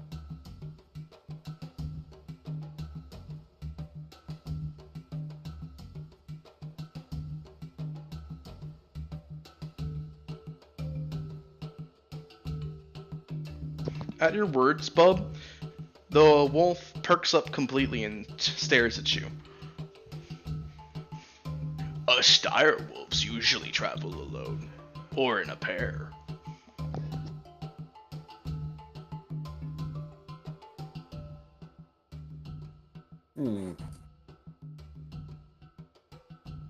I wonder if I could transform into a direwolf and just, like, surprise it. I feel like that would be super cool if I did that. I'm not sure if that would be appropriate, though. Evan, you can do whatever your little heart I mean, desires. I do technically have one more transformation left today. So the dire wolf, you don't know it's CR, but I can tell you that it's not a CR you can transform into at the moment. Okay, fair enough. Aw. I can't metagame like that, guys.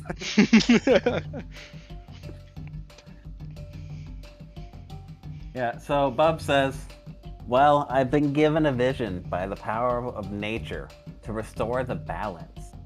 Things are outside of balance, and there's a terrible blight that's gonna come across the land of it. Where does it actually originate from in my vision? I don't remember, but I'm pretty sure it was out there in the land of monsters, kinda. Where it seemed to originate from was off the coast of Canes itself, somewhere outside the continent. Okay. You're not sure where, but it came from outside the continent and quickly overwhelmed and conquered the entire continent. Yeah, so Bub says, okay, well, how about this? I can help, me and my companions can help return you to your home, since we're going that way anyway. But, let's see. How about we say that you'll be under my protection, and when I have need of it, you will answer the call. How does that sound?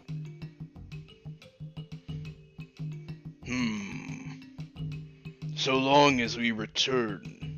And he sticks his nose in the air and sniffs a few times, then opens his what look like red eyes. Return south and east of here.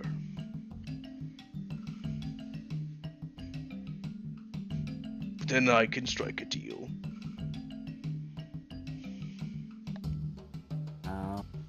East of here, we turn the dire wolf to forest. It will be under my protection.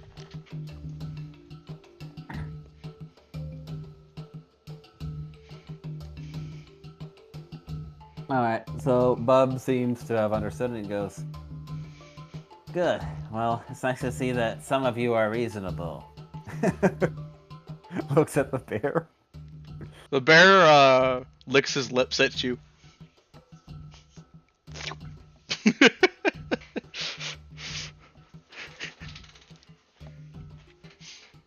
I guess like a bear and a wolf wouldn't have a name. No, they don't have names. Like, I have a weird question, but you know how like sometimes in series like names have power and magic and stuff? Yes. I'm not sure if that would be the case for druids, but could I name it anyway? You could name it. Names and words do have power in my setting. But usually the more your name has, the more people know your name, the more powerful that name is to be uttered. Oh, okay. Well, I need to start introducing myself to everyone then.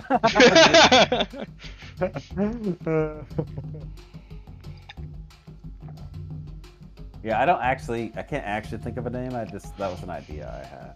If you come up with one, or if you purchase the Dire Wolf, you could give it a name.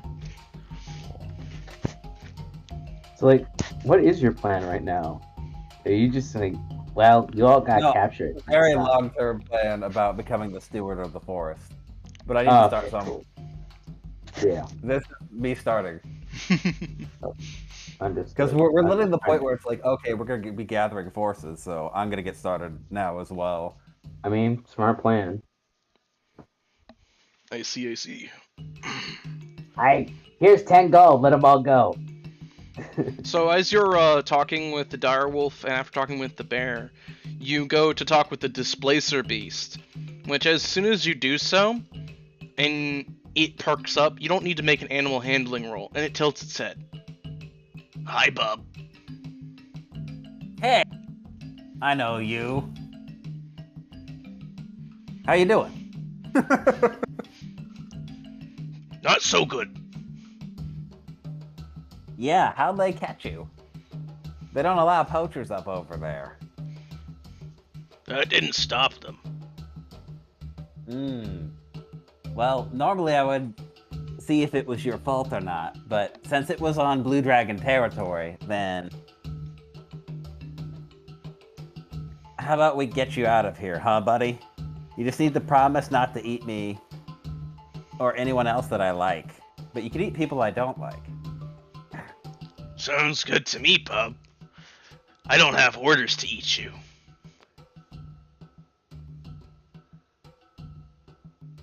Who gives you your orders anyway? My handler. I don't have one anymore. Alright, well, in that case, come work for Bub. Bub is very good at handling things. Sure, I'd love to work for the Blue Dragon's druid. Alright, 2 thumbs up. Alrighty. Lastly, you move over to the odd-looking pixie. When you approach it, you find that she's in like a little small bird cage, and she's dangling one leg outside the cage and just kind of swinging it around. She has a harmonica in her hands. Hello. I am Bub, emissary to the Blue Dragon. So she's gonna speak to you in Sylvan. Okay, I think. Do I even know Sylvan? Let me check. Probably not. I know I have Draconic. What's my intelligence? 12? Do you get. Yeah. No, you don't get bonus language based on intelligence in this game, do you? Oh my god, I had a funny I ass think it's idea. background only, if I recall. In my Why not, setting, like- you can learn new Mhm. languages. And if you Right. have a language that shares like a similar root with a language you don't know, you could understand parts of it. I Mhm. think I can speak Common, Draconic. I don't remember if I have any other languages. No, Druidic. Did you have Druidic? Yeah. Okay. Those are languages I know. Druidic, Common, and Draconic. You could always just grab my horse. Oh, So- yeah. Lesay. You could always Actually, that's ask for an Lesay. excellent idea, and I think I'm going to do that. So in What's the name of your Druidic, horse? um, Oh, okay. Can I Oh, speak Druidic?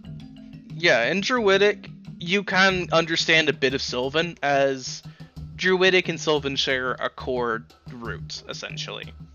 Cool. When she speaks to you, most of what you make out is funny looking, and why? I see. Hold on. I'm going to call my friend. What's the name of the Brennan's character's Lesay. horse? Lesay? Velese. Velise. It's based on Sylvan. Oh, neat. Lesay, hello. Make an animal Um, handling roll. Yeah. I'm surprised I haven't talked to your horse. It just has never come Yeah, up. no, I'm 22. actually super surprised. 22, very nice. So with a 22, Bub, you go looking for Velise, and as you're calling out for Velise, looking around for him, Velise finds you instead. And how he finds you is by gently stepping on your tail, causing you to trip. Hey. Hello. I know we haven't talked before, but I need your help. He tilts his head at you, as if curious what you need his help with. I don't speak the language of the Fae, because I'm only 6 years old. Can you help me out here? Velise seems to tap his hoof a bit, as if contemplating. I can make it worth your while. What do I As have to soon as offer? you say that, he nods. It's like, okay then. See, we have the rational one here. Alright. That's why they make a good combo. Yeah. Can you translate? I point to the fairy. Bub, you see as Velise looks at you as if, making the face like, can I translate? And then you see as the horse rolls his eyes at you. Alright, well, let's see if that confidence is warranted. Alright. So, I will have the Fey creature speak, and for all intents and purposes, it's being translated to Velise, and then you are having Velise saying it word for word to you. Fair enough. Okay. So, I'm gonna say, I'm the emissary to the Blue Dragon, Bub. Yeah, well, some people think that I'm weird looking, but I like to think dignified because of my blue scales. Oh, I was asking what's a funny looking creature like you doing around here? Oh, well, first we were hunting a T-Rex because it was causing all these troubles. Oh And my. The chief seemed to like that, so we got to come to your party. I wish it was my party. Yeah, how'd you get captured? You were like in another place? I don't know how that works. Oh, such a funny story. I was flying around in the Feywild, minding my own business, when I just so happened to find myself in a random glade I'd never seen before. Naturally, I began going around and carving my name here or there, or signing my own name, saying, "This glade is mine, mine, it's mine now." And then little old me was just feasting on a peach, and then I was caught in some nefarious butterfly net. Me, of all things. Dang it. I'm rolling insight, but I failed. Bub, you believe her 100%. Okay. And I say, well, I've been tasked by nature itself to restore the balance. Then there's no easier task than the one before you, funny little creature. Set me free so that I might return to the Feywild. Please. Okay, that's good. All you have to do is put in a good word for Bub, and don't do anything to hurt people I like. Deal. Alright. Works for me. So after finishing up your business with all the creatures, some of the creatures in the cage. Do you want to ask the horse if the creature, if the Fae was tricking you? Why would I think that, though? True, Bob believes her. You know what? You're right. Sorry. So after finishing up your business with the animals, you see as the shopkeeper speaks up to you. Well, I can see that you like what you see. You spend an awful lot of time looking at them, except for that there bear. That bear isn't very social. Yeah. So if you're settled on them, how about we talk about price? Alright, so I'm gonna, walk up, close to him. Mm-hmm. As you walk up close to him, Bub, you find that this cloaked figure is about the same height as you. We all know who he is. Huh. You're the same height as me. You don't look like a gnome. It's neither here nor there. Anywho. No, it's here. Yeah. Anywho. That there sprite's gonna run you 30 gold. She's a troublesome lot.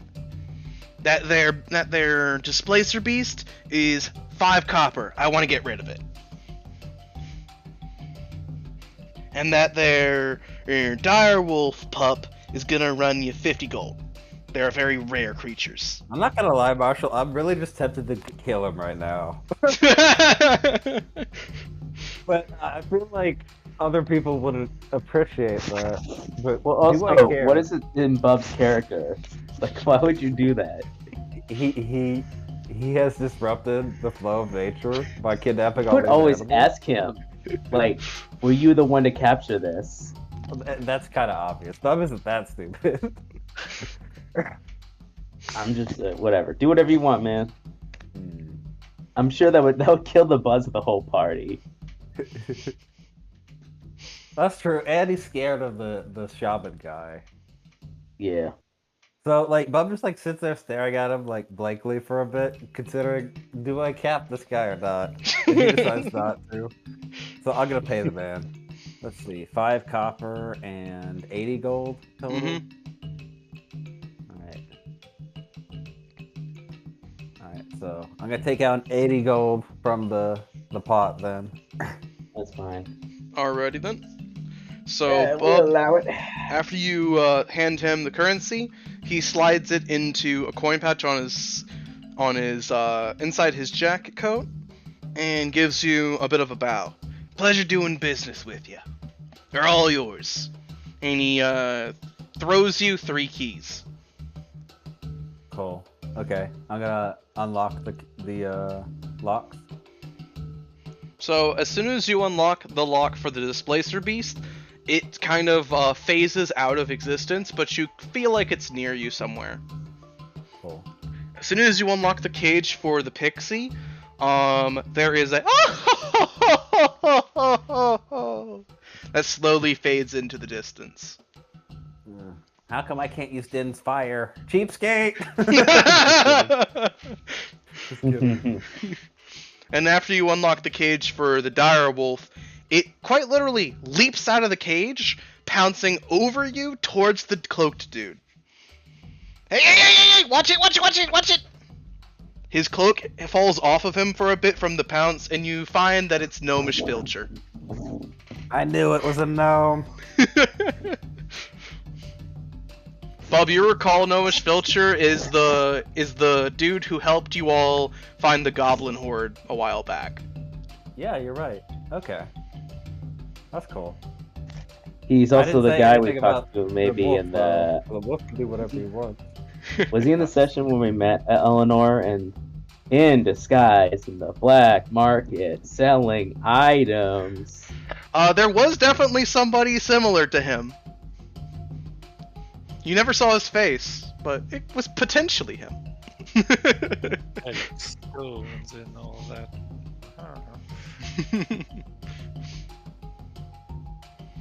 So yeah, just for a small refresher, this is who he is, in case you missed it. Yep. I remember. We talked to him pretty early on. Good. Your direwolf is glaring at him. And you don't need to make an animal handling roll to understand this, bub, because it's currently working with you. Where are the poachers? Hey, get it off! He asked where the poachers are. Look, if I knew that, I wouldn't be selling it, right? Are you sure? I'm gonna like get up close to him. Yeah, I don't actually ask that many questions. I prefer not to know where some of these things come from, right? Well, that's smart. Inconvenient, though. I bet you know where their regular haunts are. I know where we meet, that's about it.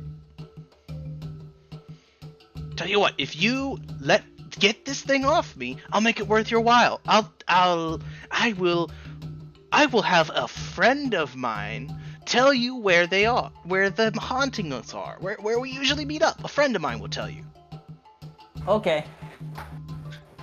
And I just like back off like nothing happened. As you do that, the wolf growls at you, bub, as if like, come on, and then slowly gets off of Gnomish Filcher, jumping off his chest, notably, to forcibly cause a little harm in the process. Watch the merchandise. He slowly stands up, patting himself off, and puts his cloak back on. Alright, look, you're gonna get a message from one of my affiliates. It's gonna be an unsigned, unmarked letter. You'll find it in your belongings.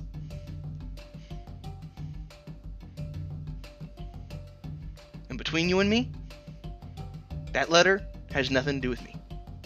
Capiche? Okay.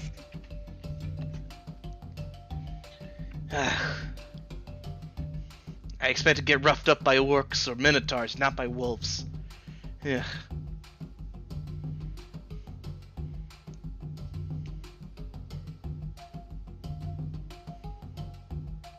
Okay, bye.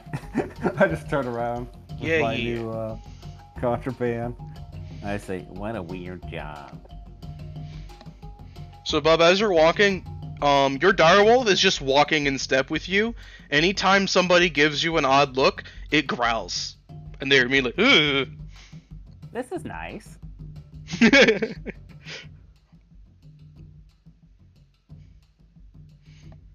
Alrighty, and I'm gonna move back to Delon. So Delon, there are a few more feats of strength left. There's the boulder throwing, there is the hatchet throwing, and there's the dagger throwing has been retired. One goblin participated in it and ended up throwing a dagger into another contestant by mistake, quote unquote. Uh-huh.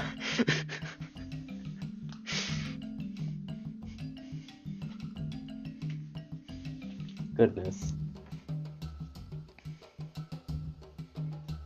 Well, I'll go with one of the ones that has not been retired. I have also finished the leg of meat and my drink, and probably gonna go for another one. All right. So as you're going around, as you head over to the place to get a drink, you find that there is, notably, Yorm is over there, and he is having a jolly conversation with what looks like, give me one moment. That's fine.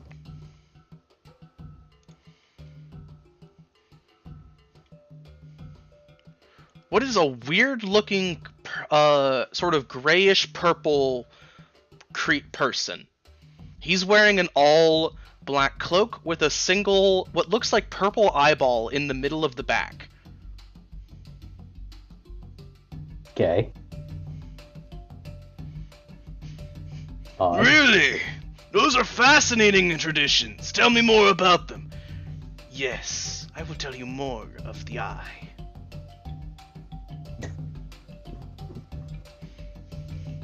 Oh no, Yorm. Jehovah's Witness is getting to him. You are perhaps a crawler, but perhaps you could turn into something more. But currently, I say you are a scuttler. You scuttle. And remind me, what's a scuttler? Scuttler is one who does not have eyes, so they scuttle in the darkness. I see. And what's a crawler again? Crawlers crawl out of the caves. They crawl onto the surface, for they have gained the eyes to see. Uh-huh. Tell me more about your traditions in the ones with your culture. I was very fascinated in your architecture, you said. We carve things out of the caves and stones. Our society is split into two sections. Those who are born with many eyes, and those who are born with fewer eyes but stronger backs. We each fulfill our desires and needs for the betterment of the tribe. Uh-huh. I like that. It's good to help each other out. Oh, Yorm.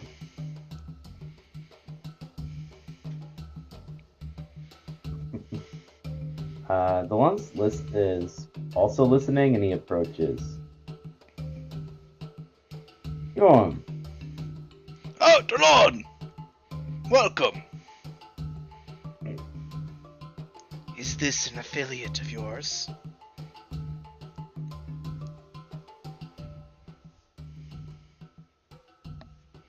Is he talking to me? He's talking to Yorm, asking if you're an affiliate of Yorm's. Yorm will nod with a great big smile. Absolutely! This is the illustrious Delon!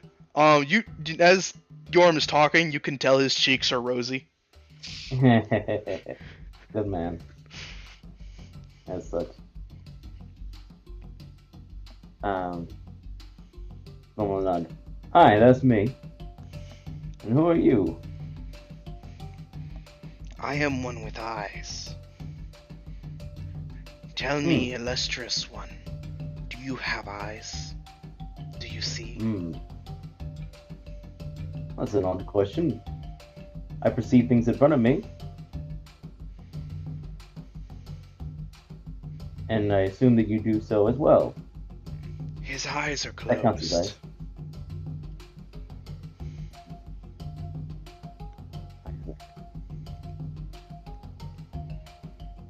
What manner?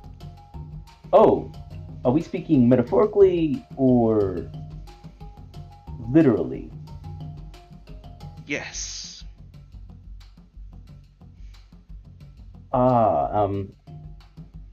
Delon briefly recalls something being mentioned about that by Harkin. Harkin's the only person you've heard of mention people quite like this.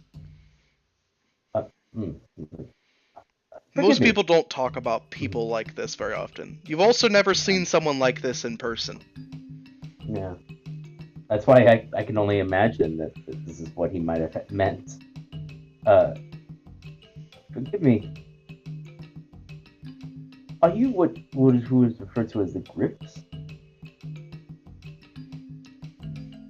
We are the Gith, the ones with many eyes. Ah, yes. Harkin mentioned it's like the scholar Harkin mentioned you said something you were in the mountains. You were at a monastery of sorts. This Harkin you speak of has many eyes. Yes, For he is he quite perceives the truth. You seem to value that quite a bit. I can respect it. Truth is imperative to one's own discovery.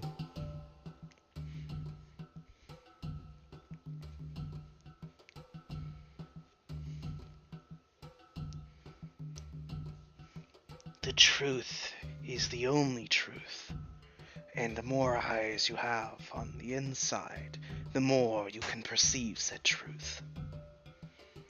For the eye is the truth. I see. I am on pilgrimage. I have been tasked with bringing information from a trusted vessel back. When I have finished, I will return with the outside to reveal the level of crawlers to scuttlers. I see. Well, I wish you the best of luck, good friend. The eye will watch over me. Sure.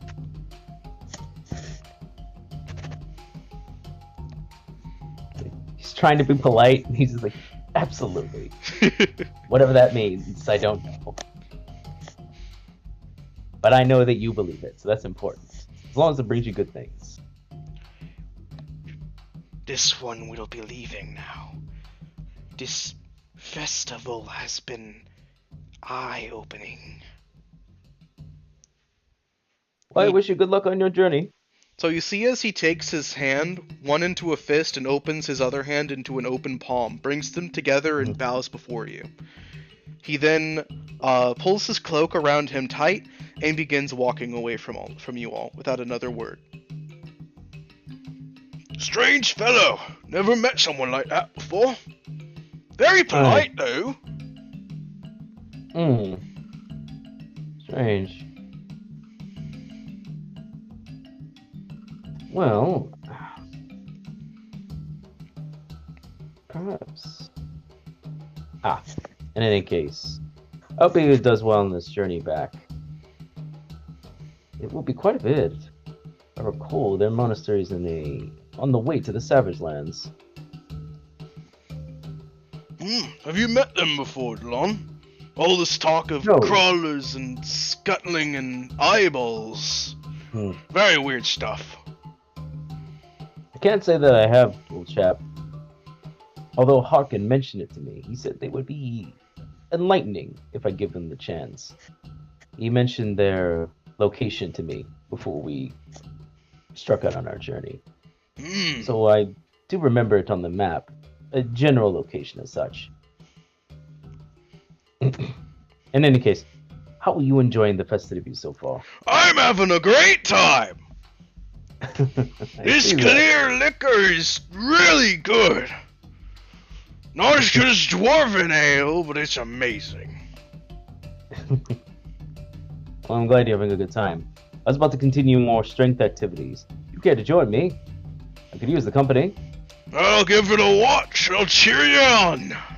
I'm a bit too many flagons down and mutton zen to muster up the shoulder strength.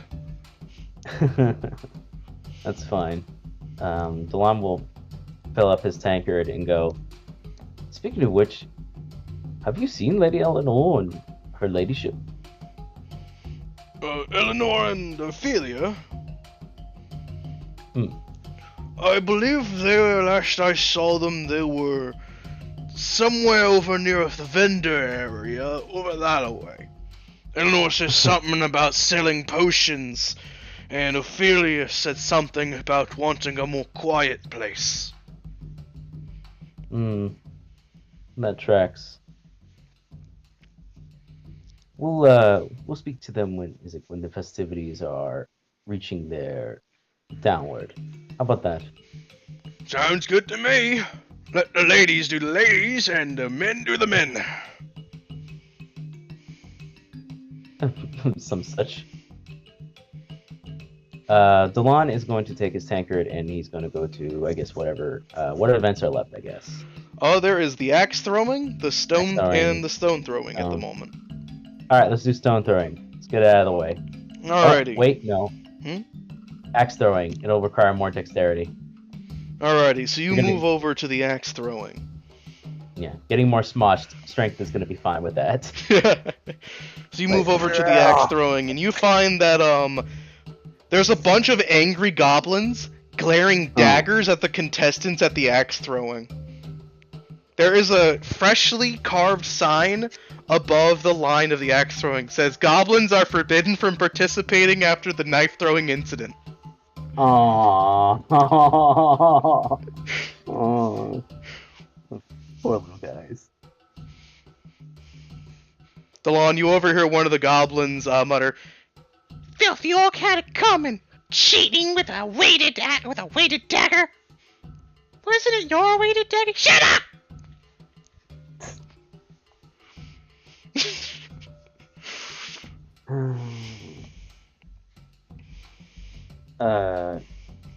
Delon's gonna stroll up and wait in line.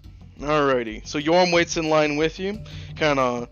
You notice that he just chows down on some mutton and then will chase it down with some ale or some other thing. He's just having a jolly good time, just kind of feasting, the way only a dwarf could.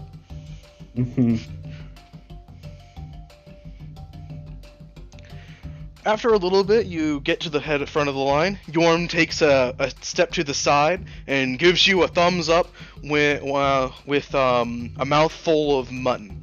You got it, Delon!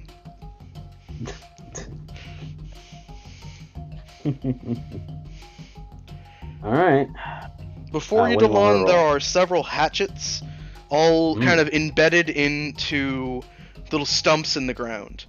There are multiple targets laid out about, of varying lengths and distances away, and as you were waiting in line, you saw how this was being graded.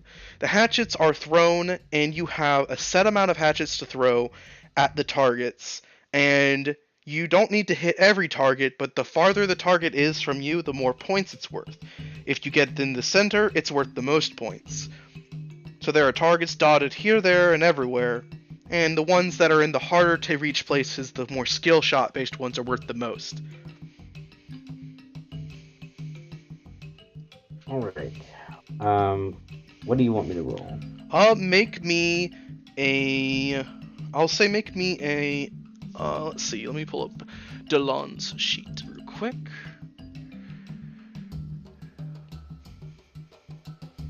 So for this, make me an athletics roll to throw the hatchet.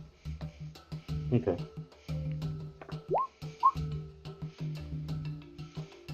Not bad. Alrighty. So, what kind of the targets are you going to throw your first hatchet at? You have about 5 So hatchets. I want to get a feel of it first. So most likely an easy to hit one. Alrighty. So with the 13, you chuck your hatchet not very far away from you and get a bullseye on one of the easiest to hit ones. The hatchets are very well made and very well balanced.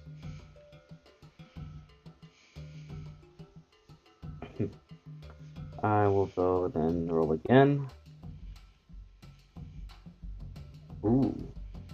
Very Probably- nice. So where are you aiming towards now? So I'm aiming further away. Further away? So there is essentially very close up, medium, far, and very far. I'd say medium at that point. You get a bullseye on one of the medium ones. You got 3 hatchets left. All right. I'm gonna go for as far away as I can to the very far at this rate. Alrighty. Ooh. So you aim for Ooh. one of the hardest ones to hit, and you're gonna get a bullseye.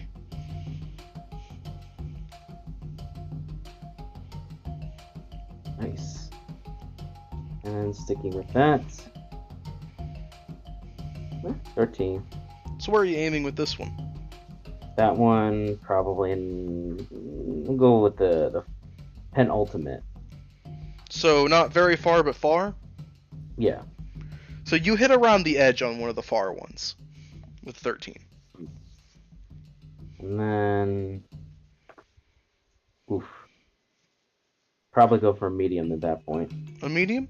So you get close to the bullseye with a medium with a 9, but you don't get a bullseye with it.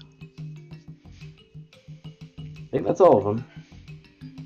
Very good job, DeLon. Very good job. Several bullseyes, and you got one of the hardest ones. Very impressive. Yorm reaches down for his hatchet and starts twirling it around despite being clearly drunk. If I was less inebriated, I'd have a go myself. Despite he is inebriated, despite that, he doesn't actually drop or lose his hatchet, but he almost does. Then he catches it and then he pockets it again.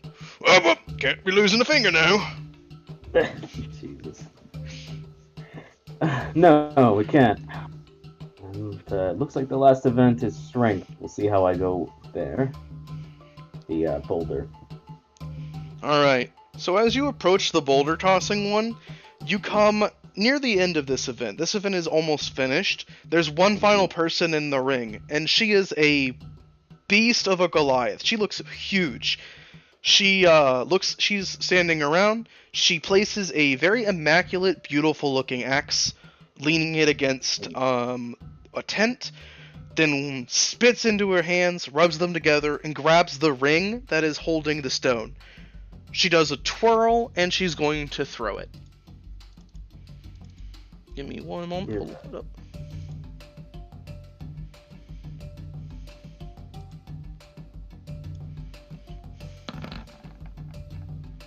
God damn. So she just spins around a few times and then lets the boulder fly. As you can see that the way this event is done is whoever can throw it the farthest is the winner here. And there are multiple just markings on the ground for where it's gone. Notably, the contest is leads into an open field where no tents and nobody's set up. Everybody clears out of the way for the boulder to be thrown, just in a straight line towards the horizon. This Goliath lets it fly, and you see as she just digs one foot in and then lets it go as it just goes arcing way up high. And then you see a puff of smoke near the edge of the distance, just as it leaves a little bit of a crater.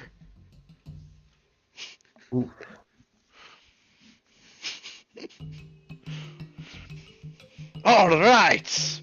Think that's the farthest I've thrown one yet. I'm getting stronger every year. She turns around to see if anyone's behind her, sees you, walks over to you, and pats you on the shoulder quite roughly, but you can tell that it's meant to be more affectionate in a way. Have at it, Dragonborn! Aye. Good throw. Thank you! I put my heart and soul into that throw. I can tell. Let's see if I can do the same. I guess I'll approach my own stone. Alright, Dylan's gonna take a second to ready himself, and I'm assuming rolling athletics. Yep. Yeah, alright. Very nice. So, weirdly enough, being a little intoxicated helps you out here. You throw caution to the wind and throw it with the 24. So you throw it quite far. As you let it loose as it flies, and it goes close to Connie's boulder. But hers was a bit farther out than yours. At that, there is several cheers from the orcish crowd. Yeah! Ooh! You see as the Goliath comes over to you and claps you on the back. What a throw for your stature! Oh, what are my manners? I am Kani, Lord Puncher Glani, chiefess of the Goliaths of the Rinaldian Mountains. Who am I addressing? Forgive me, my lady. I am Delon Acilius Guillemay, at your service. Oh, I see. You also have a title. Allow me to attempt to enunciate this. Let's see here. You said Delon Oncelius Guillemay? Aye, 'tis my name. I see. It's a good name. Bit difficult on the tongue, but I have never faltered from a challenge. Aye. I suppose not. And your middle title, Lord Puncher, intrigues me. Ah, it is my grandest accomplishment. For once, when I was a much younger lass, I was the chieftain's and daughter, ready to take my position, and a lord came marching about and telling us how to live our lives. He was not of our tribe. Our tribe always was strong, very, very good people, with the hearts of lions. We all were quite proud people, but the Lord, he had the backing of a greater Lord than himself. So many were willing to accept his tongue lashings.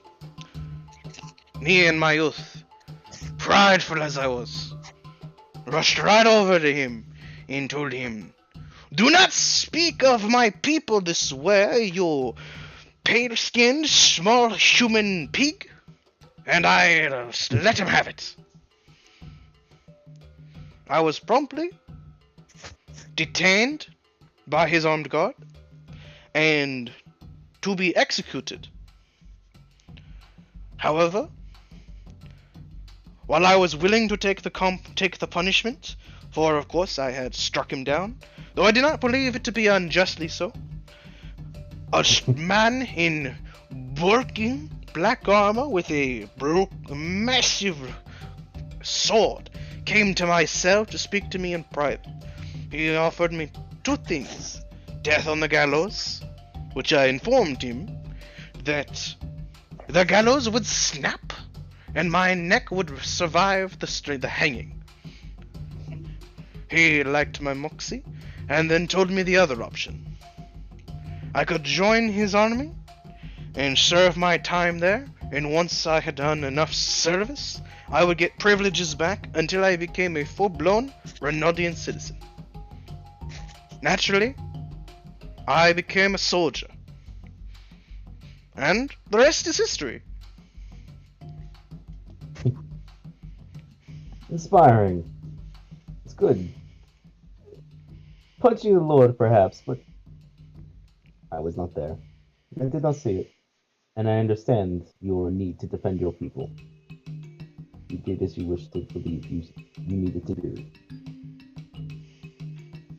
I'm glad you were not horribly punished for it. You're quite healthy even now as you speak, and it seems things worked out for you.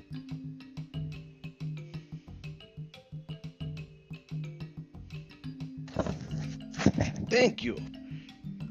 I am glad my story pleased you. And while in my current state, I would say that perhaps punching him was not the greatest thing or the wisest decision. If I were to do it, I would do it again.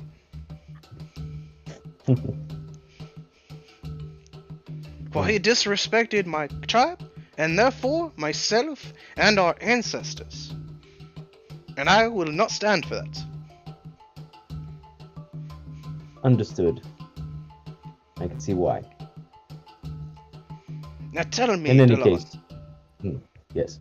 are you a native of these lands? No, I am a native of King's Landing, but I have spent time with these people, and I, as you can see by my visage, I serve the Pearl Lady, who resides here.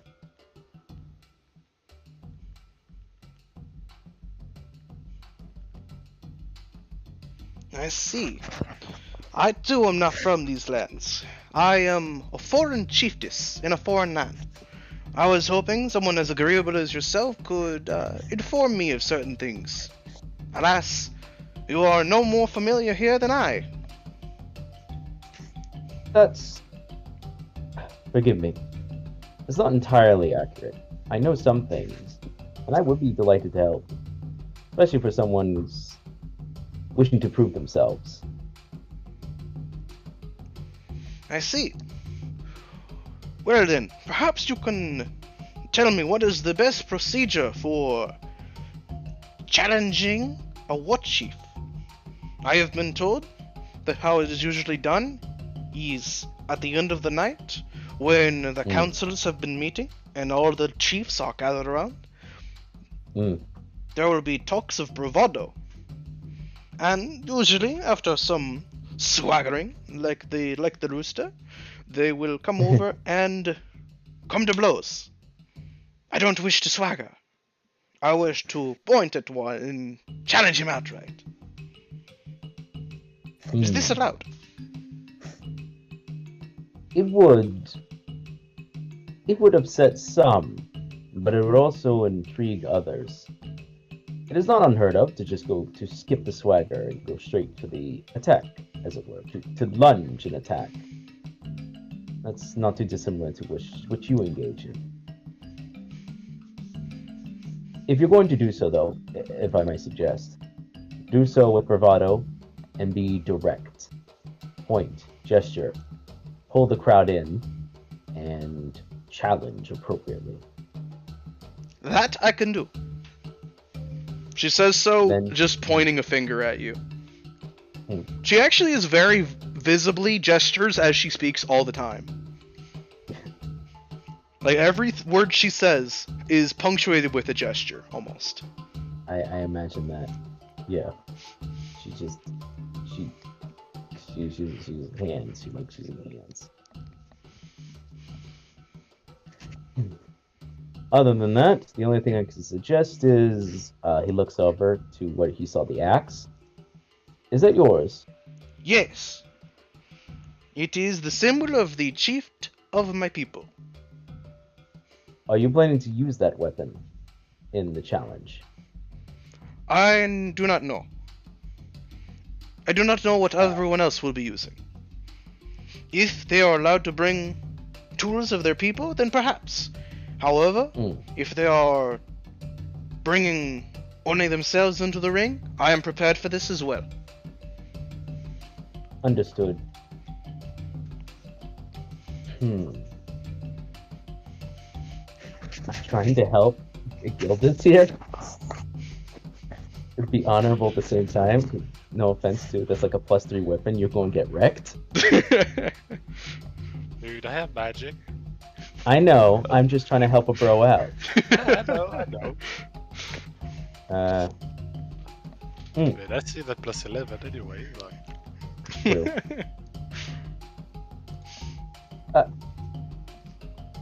What is it?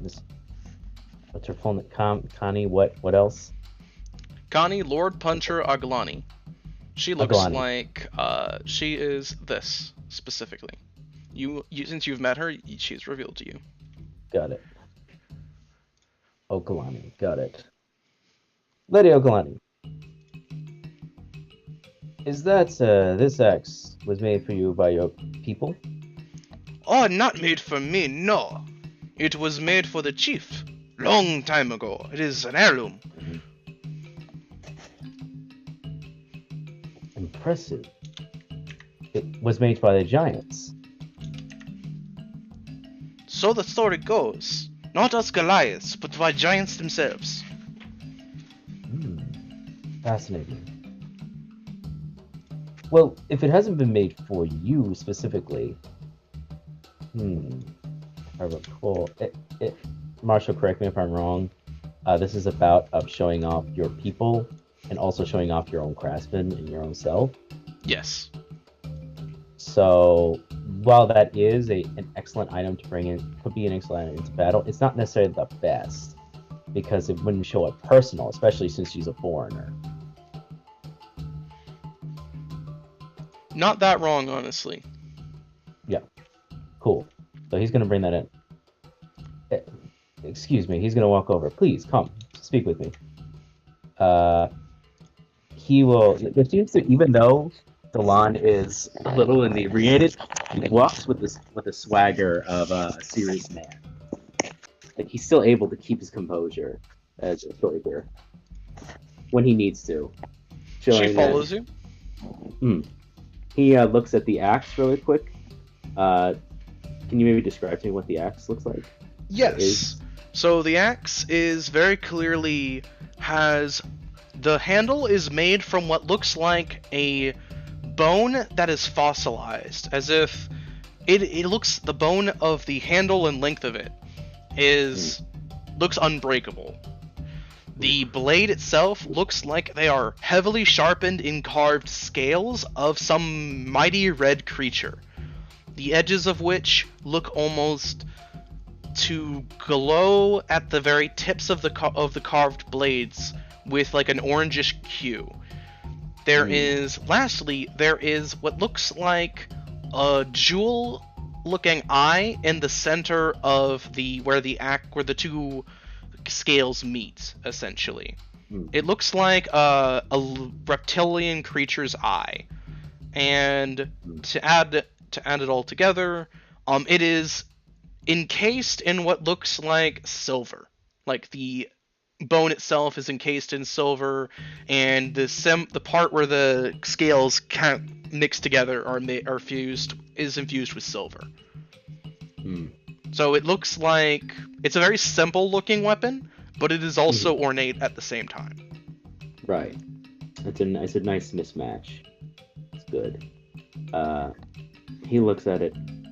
It's absolutely remarkable. It's like rarely seen something that's like truly impressed. It's truly impressive, if I do say so myself. Oh, no, you are more than welcome to say so. But if I may so, you said you were a foreign war chief. Yes, I am from the Goliaths in the Renaudian Mountains. I have come after hearing about such a festivity that was going to occur. I requested shore leave, which was promptly granted, and then shoved off, marching my way, personally, with a small entourage, to represent the Goliath tribe. Let's see. Do you have something made for you specifically? A weapon of some kind? No. I do not have anything specifically made for me. I have mostly acquired items that have been standard issue.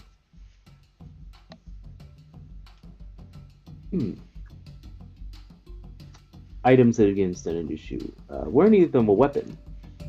Yes, I have a great club in my tent, which was standard issue in the Renaudian military.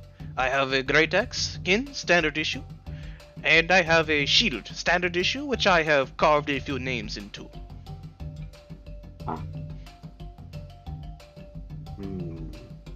Delon thinks for a second. He gets an idea.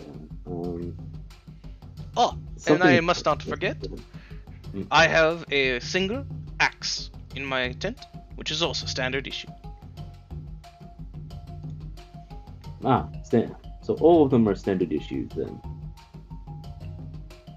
Yes. Any of them have a personal measure to you? The shield does. I have carved certain individuals' names into my shield, so that I might always remember them. Then that is your weapon. She raises an eyebrow at that. My shield. Aye. If you want to show your people, and you want to show who and what you are, you must act as a you must show your best foot forward. You must show your heart, as you demonstrated with the boulder. You must put your full heart on display. These people mean something to you. You place their names inscribed upon the shield. That gives it power. That gives it meaning, personal value and meaning. Weapons allowed in a challenge often are ones made personally, given as gifts from those in their own tribe, or a personal item. The heirloom is impressive and beautifully ornate, but it's one given to chieftains. That does not remove its importance. But that belongs to you. It means something to you. You can wear pride in that. Your own pride, not just your people's. That's what they want to see. They want to see who this war chief is, more than anything else. My own compatriot is going on something similar. You want to get good with these people. That's what I learned first and foremost in dealing with them. Show them who you are.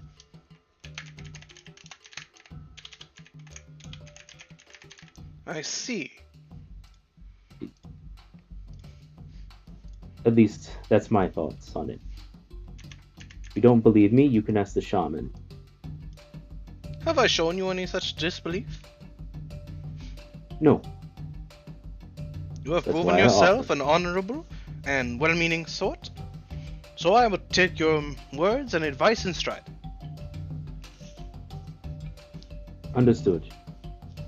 I hope it serves you well. Thank you. And I hope you the best as well. Aye.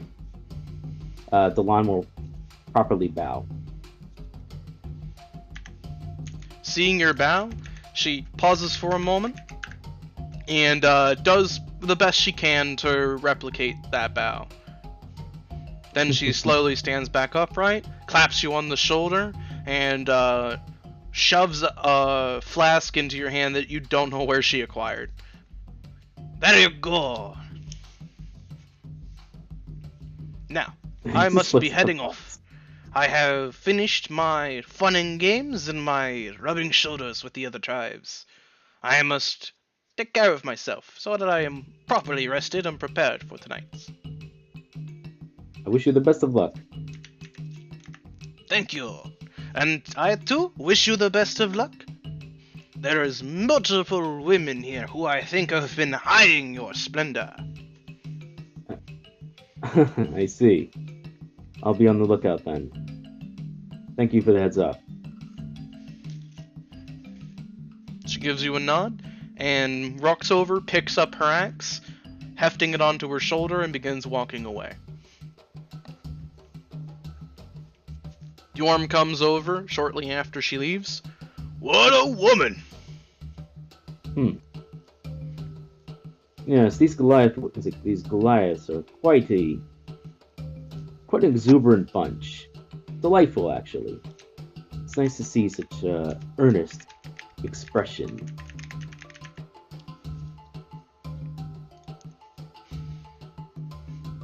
I agree. Reminds me of home.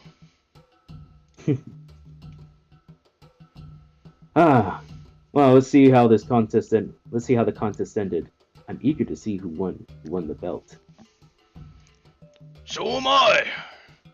Shortly afterwards, about maybe an hour or so after, as the sun begins to set a little bit, and some festivities are being changed, so the games are being closed out for wrestling instead. Like some wrestling events are happening.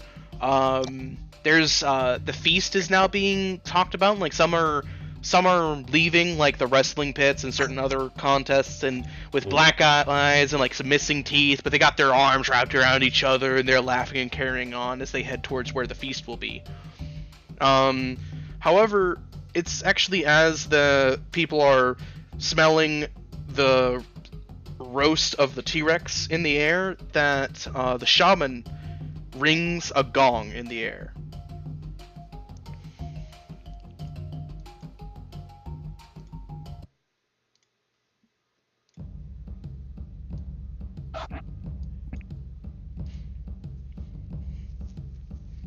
Everyone gathers around, especially those that participated in the contests, and the shaman nods. To start things off, you see that spirits are literally wafting off of the ground around everybody, and his eyes are once again the ethereal white hue. Little, almost white flames leaving where his eyes would be. It pleases me and the spirits to have seen all of you participate and make merry with each other. The contests of strength, agility, hardiness, and resilience have been acknowledged. You do your forefathers well by partaking, even with rival tribes. You have strengthened your bonds. And as such, we will begin to count the victors. A very buxom Minotaur woman comes over, and she places a few items on pedestals. There is the belt. There is what looks like some sort of circlet, and lastly there is a cape of some sort here. To start, the feats of strength have been tallied. Despite the disqualification of the Goblin tribe from the hatchet and dagger-throwing events, they have come second in the javelin-throwing events and first in the bow-shooting events. You see the big old goblin with the warhammer is just flexing. The goblin war chief is just flexing. His goblin's all, yeah! War chief holds up a hand. Everybody quiets. The victor of the hatchet-throwing event is the foreigner and representative of Her Ladyship the White Dragon. Second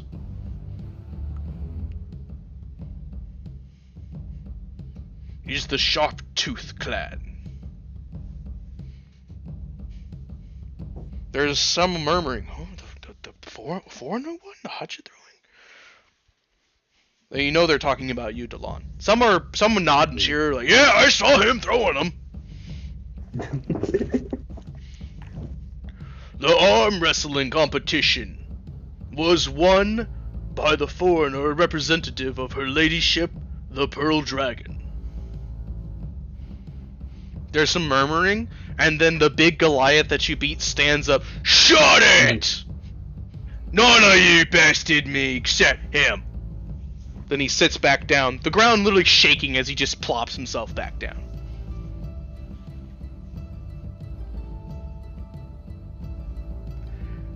The Orc Shaman nods, looking at everybody as they quiet back down. The javelin throwing event once more was won by the Goliath War Chiefess from Reynold. Second place for the Goblins. Third place, the foreigner who represents Her Ladyship the Pearl Dragon. Some are beginning to murmur and glare at you, Delon. As if, who is this outsider who's winning, who's placing in all the contests?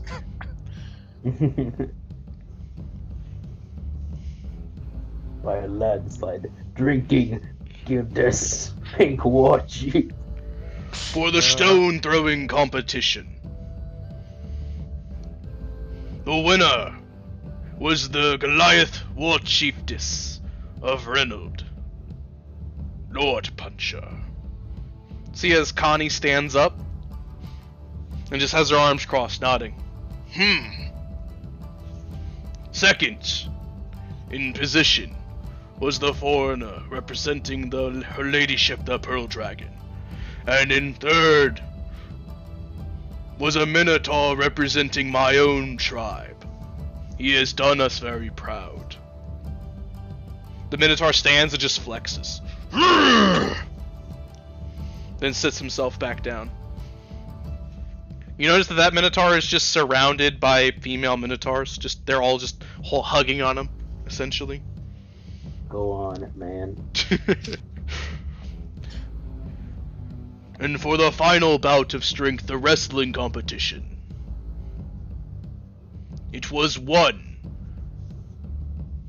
by my own Minotaur. Once more. Second place was the Sharptooth clan. And third were the goblins. This finishes the strength competitions. To tally the results, all tribes put out a remarkable effort. There are 2 victories for the Goliaths, 2 victories for the Pearl Dragon representative, 1 victory for the goblins, and 1 victory for my own tribe.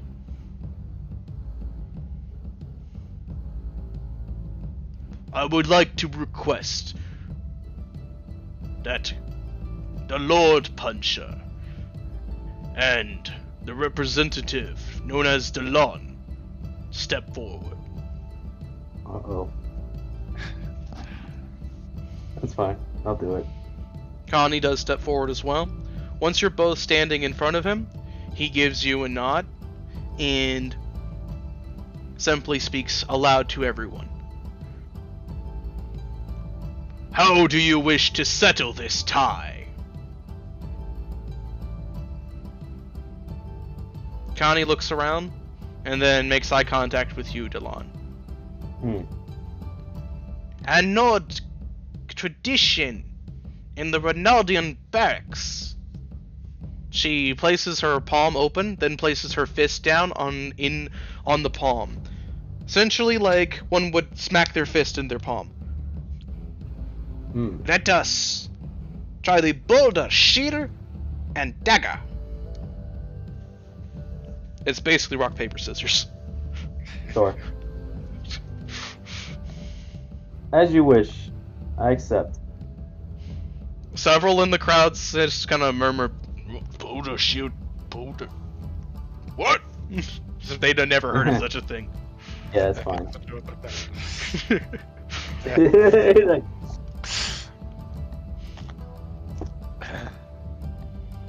Alright, so Delon, make me a, let's see. this is a D20 roll.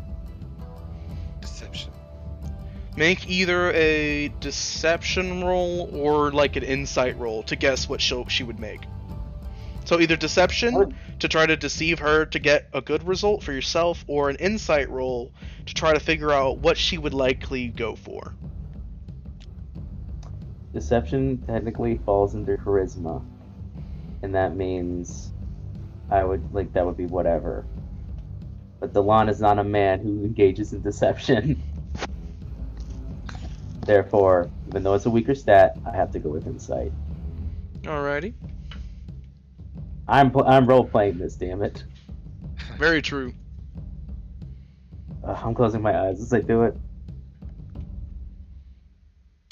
Oh no. Oh well. It's okay. So just as a reminder, you do have inspiration points. I will use inspiration. Let's try it one more time. Oh goodness. Oh. Yeah. So with an 18, I'm actually going to make a secret roll. Go make that secret roll. Hope she crits. I'm honestly having such a good time. It doesn't matter if I win. So, she rolled a 10, Oh. and, so as you go to do it, it seems to be that whoever gets it first is the de facto winner. So there are no best of threes or anything, just the first one to win gets it. And with that, you both prepare for it, and when you throw your hands, Dylan, you know, you've quickly figured out that considering the kind of person that Connie is, she would pick Boulder. Yeah. Which means probably shield. Yes, there is Boulder, Shield, and Spear. Yep. So shield is the paper. Yep. It's gonna cover rock. So as you choose Shield, she gives you a grin and claps you on the shoulder. I have been bested, for his mighty shield weathered my haughty Boulder. The prize is yours. That, she gives a nod to the shaman, turns around to the crowd, gives a nod to all of them, and once more turns to finally you, gives you a nod, and heads off back to her group. What you see is it's a surprisingly small group of Goliaths, just Goliaths. Maybe about 5 or so of them. Seems to be her retinue. Sounds about right. With that, the prize winner has been determined, even through unorthodox means. The challenge was acknowledged. The result was acknowledged. He waves a skull that's on a ring that's fuming some incense in the air, and then sprinkles what looks like crystalline snow onto the belt. And then the buxom Minotaur comes over and hands you the belt, Alon. May it serve you well. Delon bows his head, clutching the belt, and he will turn to the people. He thanks the shaman. Thank you. He'll turn to the rest of the group, and I'm gonna roll a charisma for just as joy of exuberation for everyone. He's gonna roll just performance. He's gonna raise the belt up and just shout with a smile, "For you. Thank you." Very nice. Go ahead and roll. Oof. Not the best roll, but after the display of everything, even with a poor roll, there's a lot of cheering. They just seem to enjoy the sportsmanship of it, and even though a foreigner won this belt, they can't deny your strength. Many of them saw it.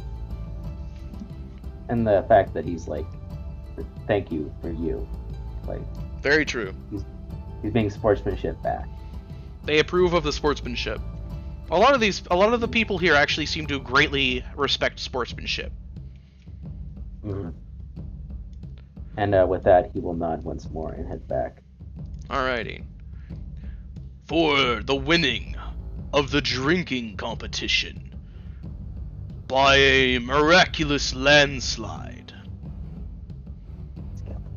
the record of 23 barrels being broken at the record 25 barrels,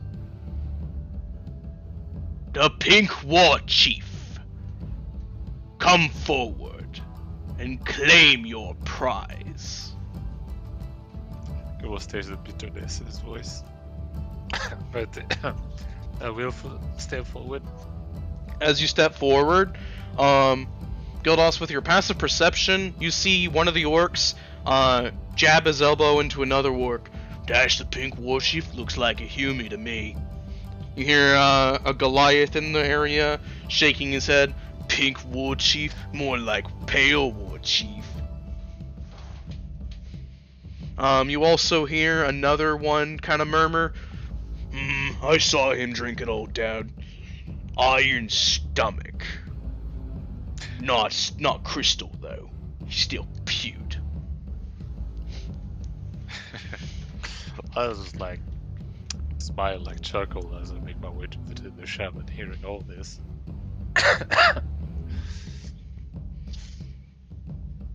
Then yeah, just look at the prizes, cause like, I participated in the contest, but like I didn't know what I passed. So Yeah. after the finishing of this, he he does the same procedure he did on the belt, and then turns to you, Gildas. The winner of the drinking contest may choose one item of the two. There is a circlet and a cape, essentially, a cloak. The circlet is quite honestly immaculately made. It's very practical. It's meant to fit on just about any male head. And it has a simple symbol that looks like it's some sort of orcish or some sort of symbol, but the circlet looks dwarven made. The cloak, on the other hand, looks like it's made from from the thickest, just most hardy, plush, warm, but also old and wiry looking fur you've ever seen in your life. It looks like it is the warmest thing in the world, as if you would never get cold while wearing it. The circlet seems to have some sort of benefit, but you're not sure what of. Yeah, but I was about to ask if I could glean more what I've seen, so, be on surface level. Like, would I need to roll something? You may roll Arcana for both of them. 2 different Arcana rolls. Right, so 1 and 2. Ooh. So which one's the 1 for? Let's get that out the way. Go the cloak. Because, like, I cannot get, like, what he can do. Just the circlet is still vague enough that... Alrighty.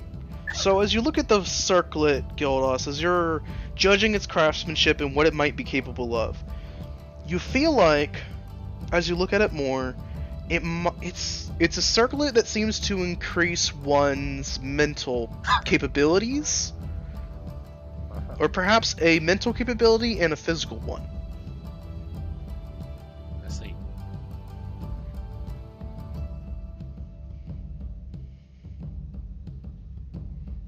It would also most definitely work as a status symbol to proudly declare you're a war chief sent to anyone.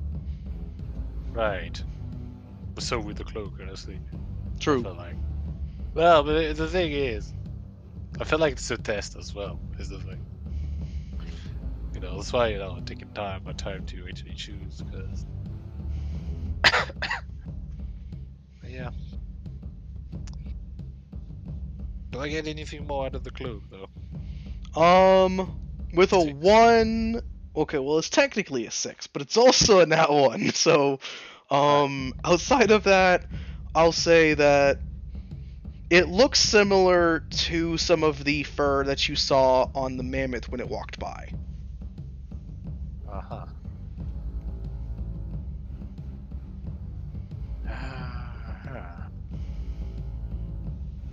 Yeah, that's a tough decision, because I'm like, cloak would be nice, would be cool. Also, circlet would be nice as well, especially if it does what it does. And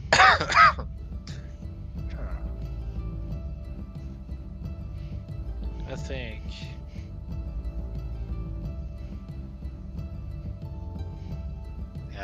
think I'll go for the circlet. It's like not only that, but like it's also familiar, like being dwarven made and all that. So Alright, so you reach for the circlet. right. Alright, so you obtain a special circlet, essentially. I will describe to you what it does when you either put it on or when you make a better Arcana check. Or cast Identify. You can always do that. Yeah, I could always do that. Just that I can't do that right now. No. So, it's a problem. So with the circlet in your possession now, Gildas, the shaman gives you a nod. The reward has been acknowledged. Pink War Chief Gildas has accepted the circlet.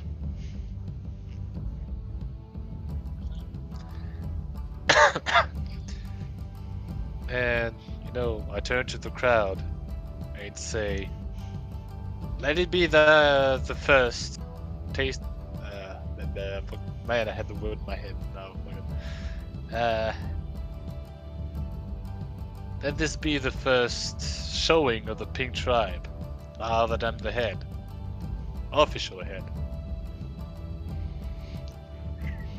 So several of the crowd mutter or glare at you, but you see as some goblins kind of push their way to the front of the crowd, and you notice they're being led by Dagdar.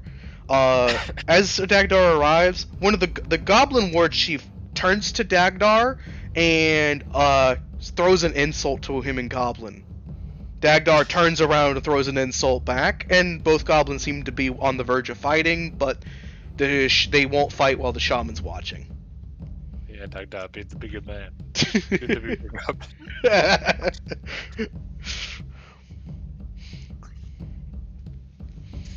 Alright, with that, you step down, and the shaman turns towards the crowd. You see as the Minotaur takes the cloak away, moving it back into someplace else, essentially. With the celebrations and awards having been given, we may commence the feast and the talks. All shall dine upon the creature's flesh. At the end of the evening, let there be only bone. As soon as he says that, there is a mighty cheer from all around as everybody rushes over towards essentially the T-Rex carcass that's been roasted over the giant bonfire, and kind of begins carving pieces of it out themselves and stacking as much of it as they can on plates and rushing off to their own little circles. And as the war chiefs get their fill and then begin to gather around in a big T-Rex skin tent, we're going to wrap it up here. Next time, the party will sit in on the war chief talks and see how things go. Oh boy. Thank you all for tuning in. Hope you have a good one. Bye-bye.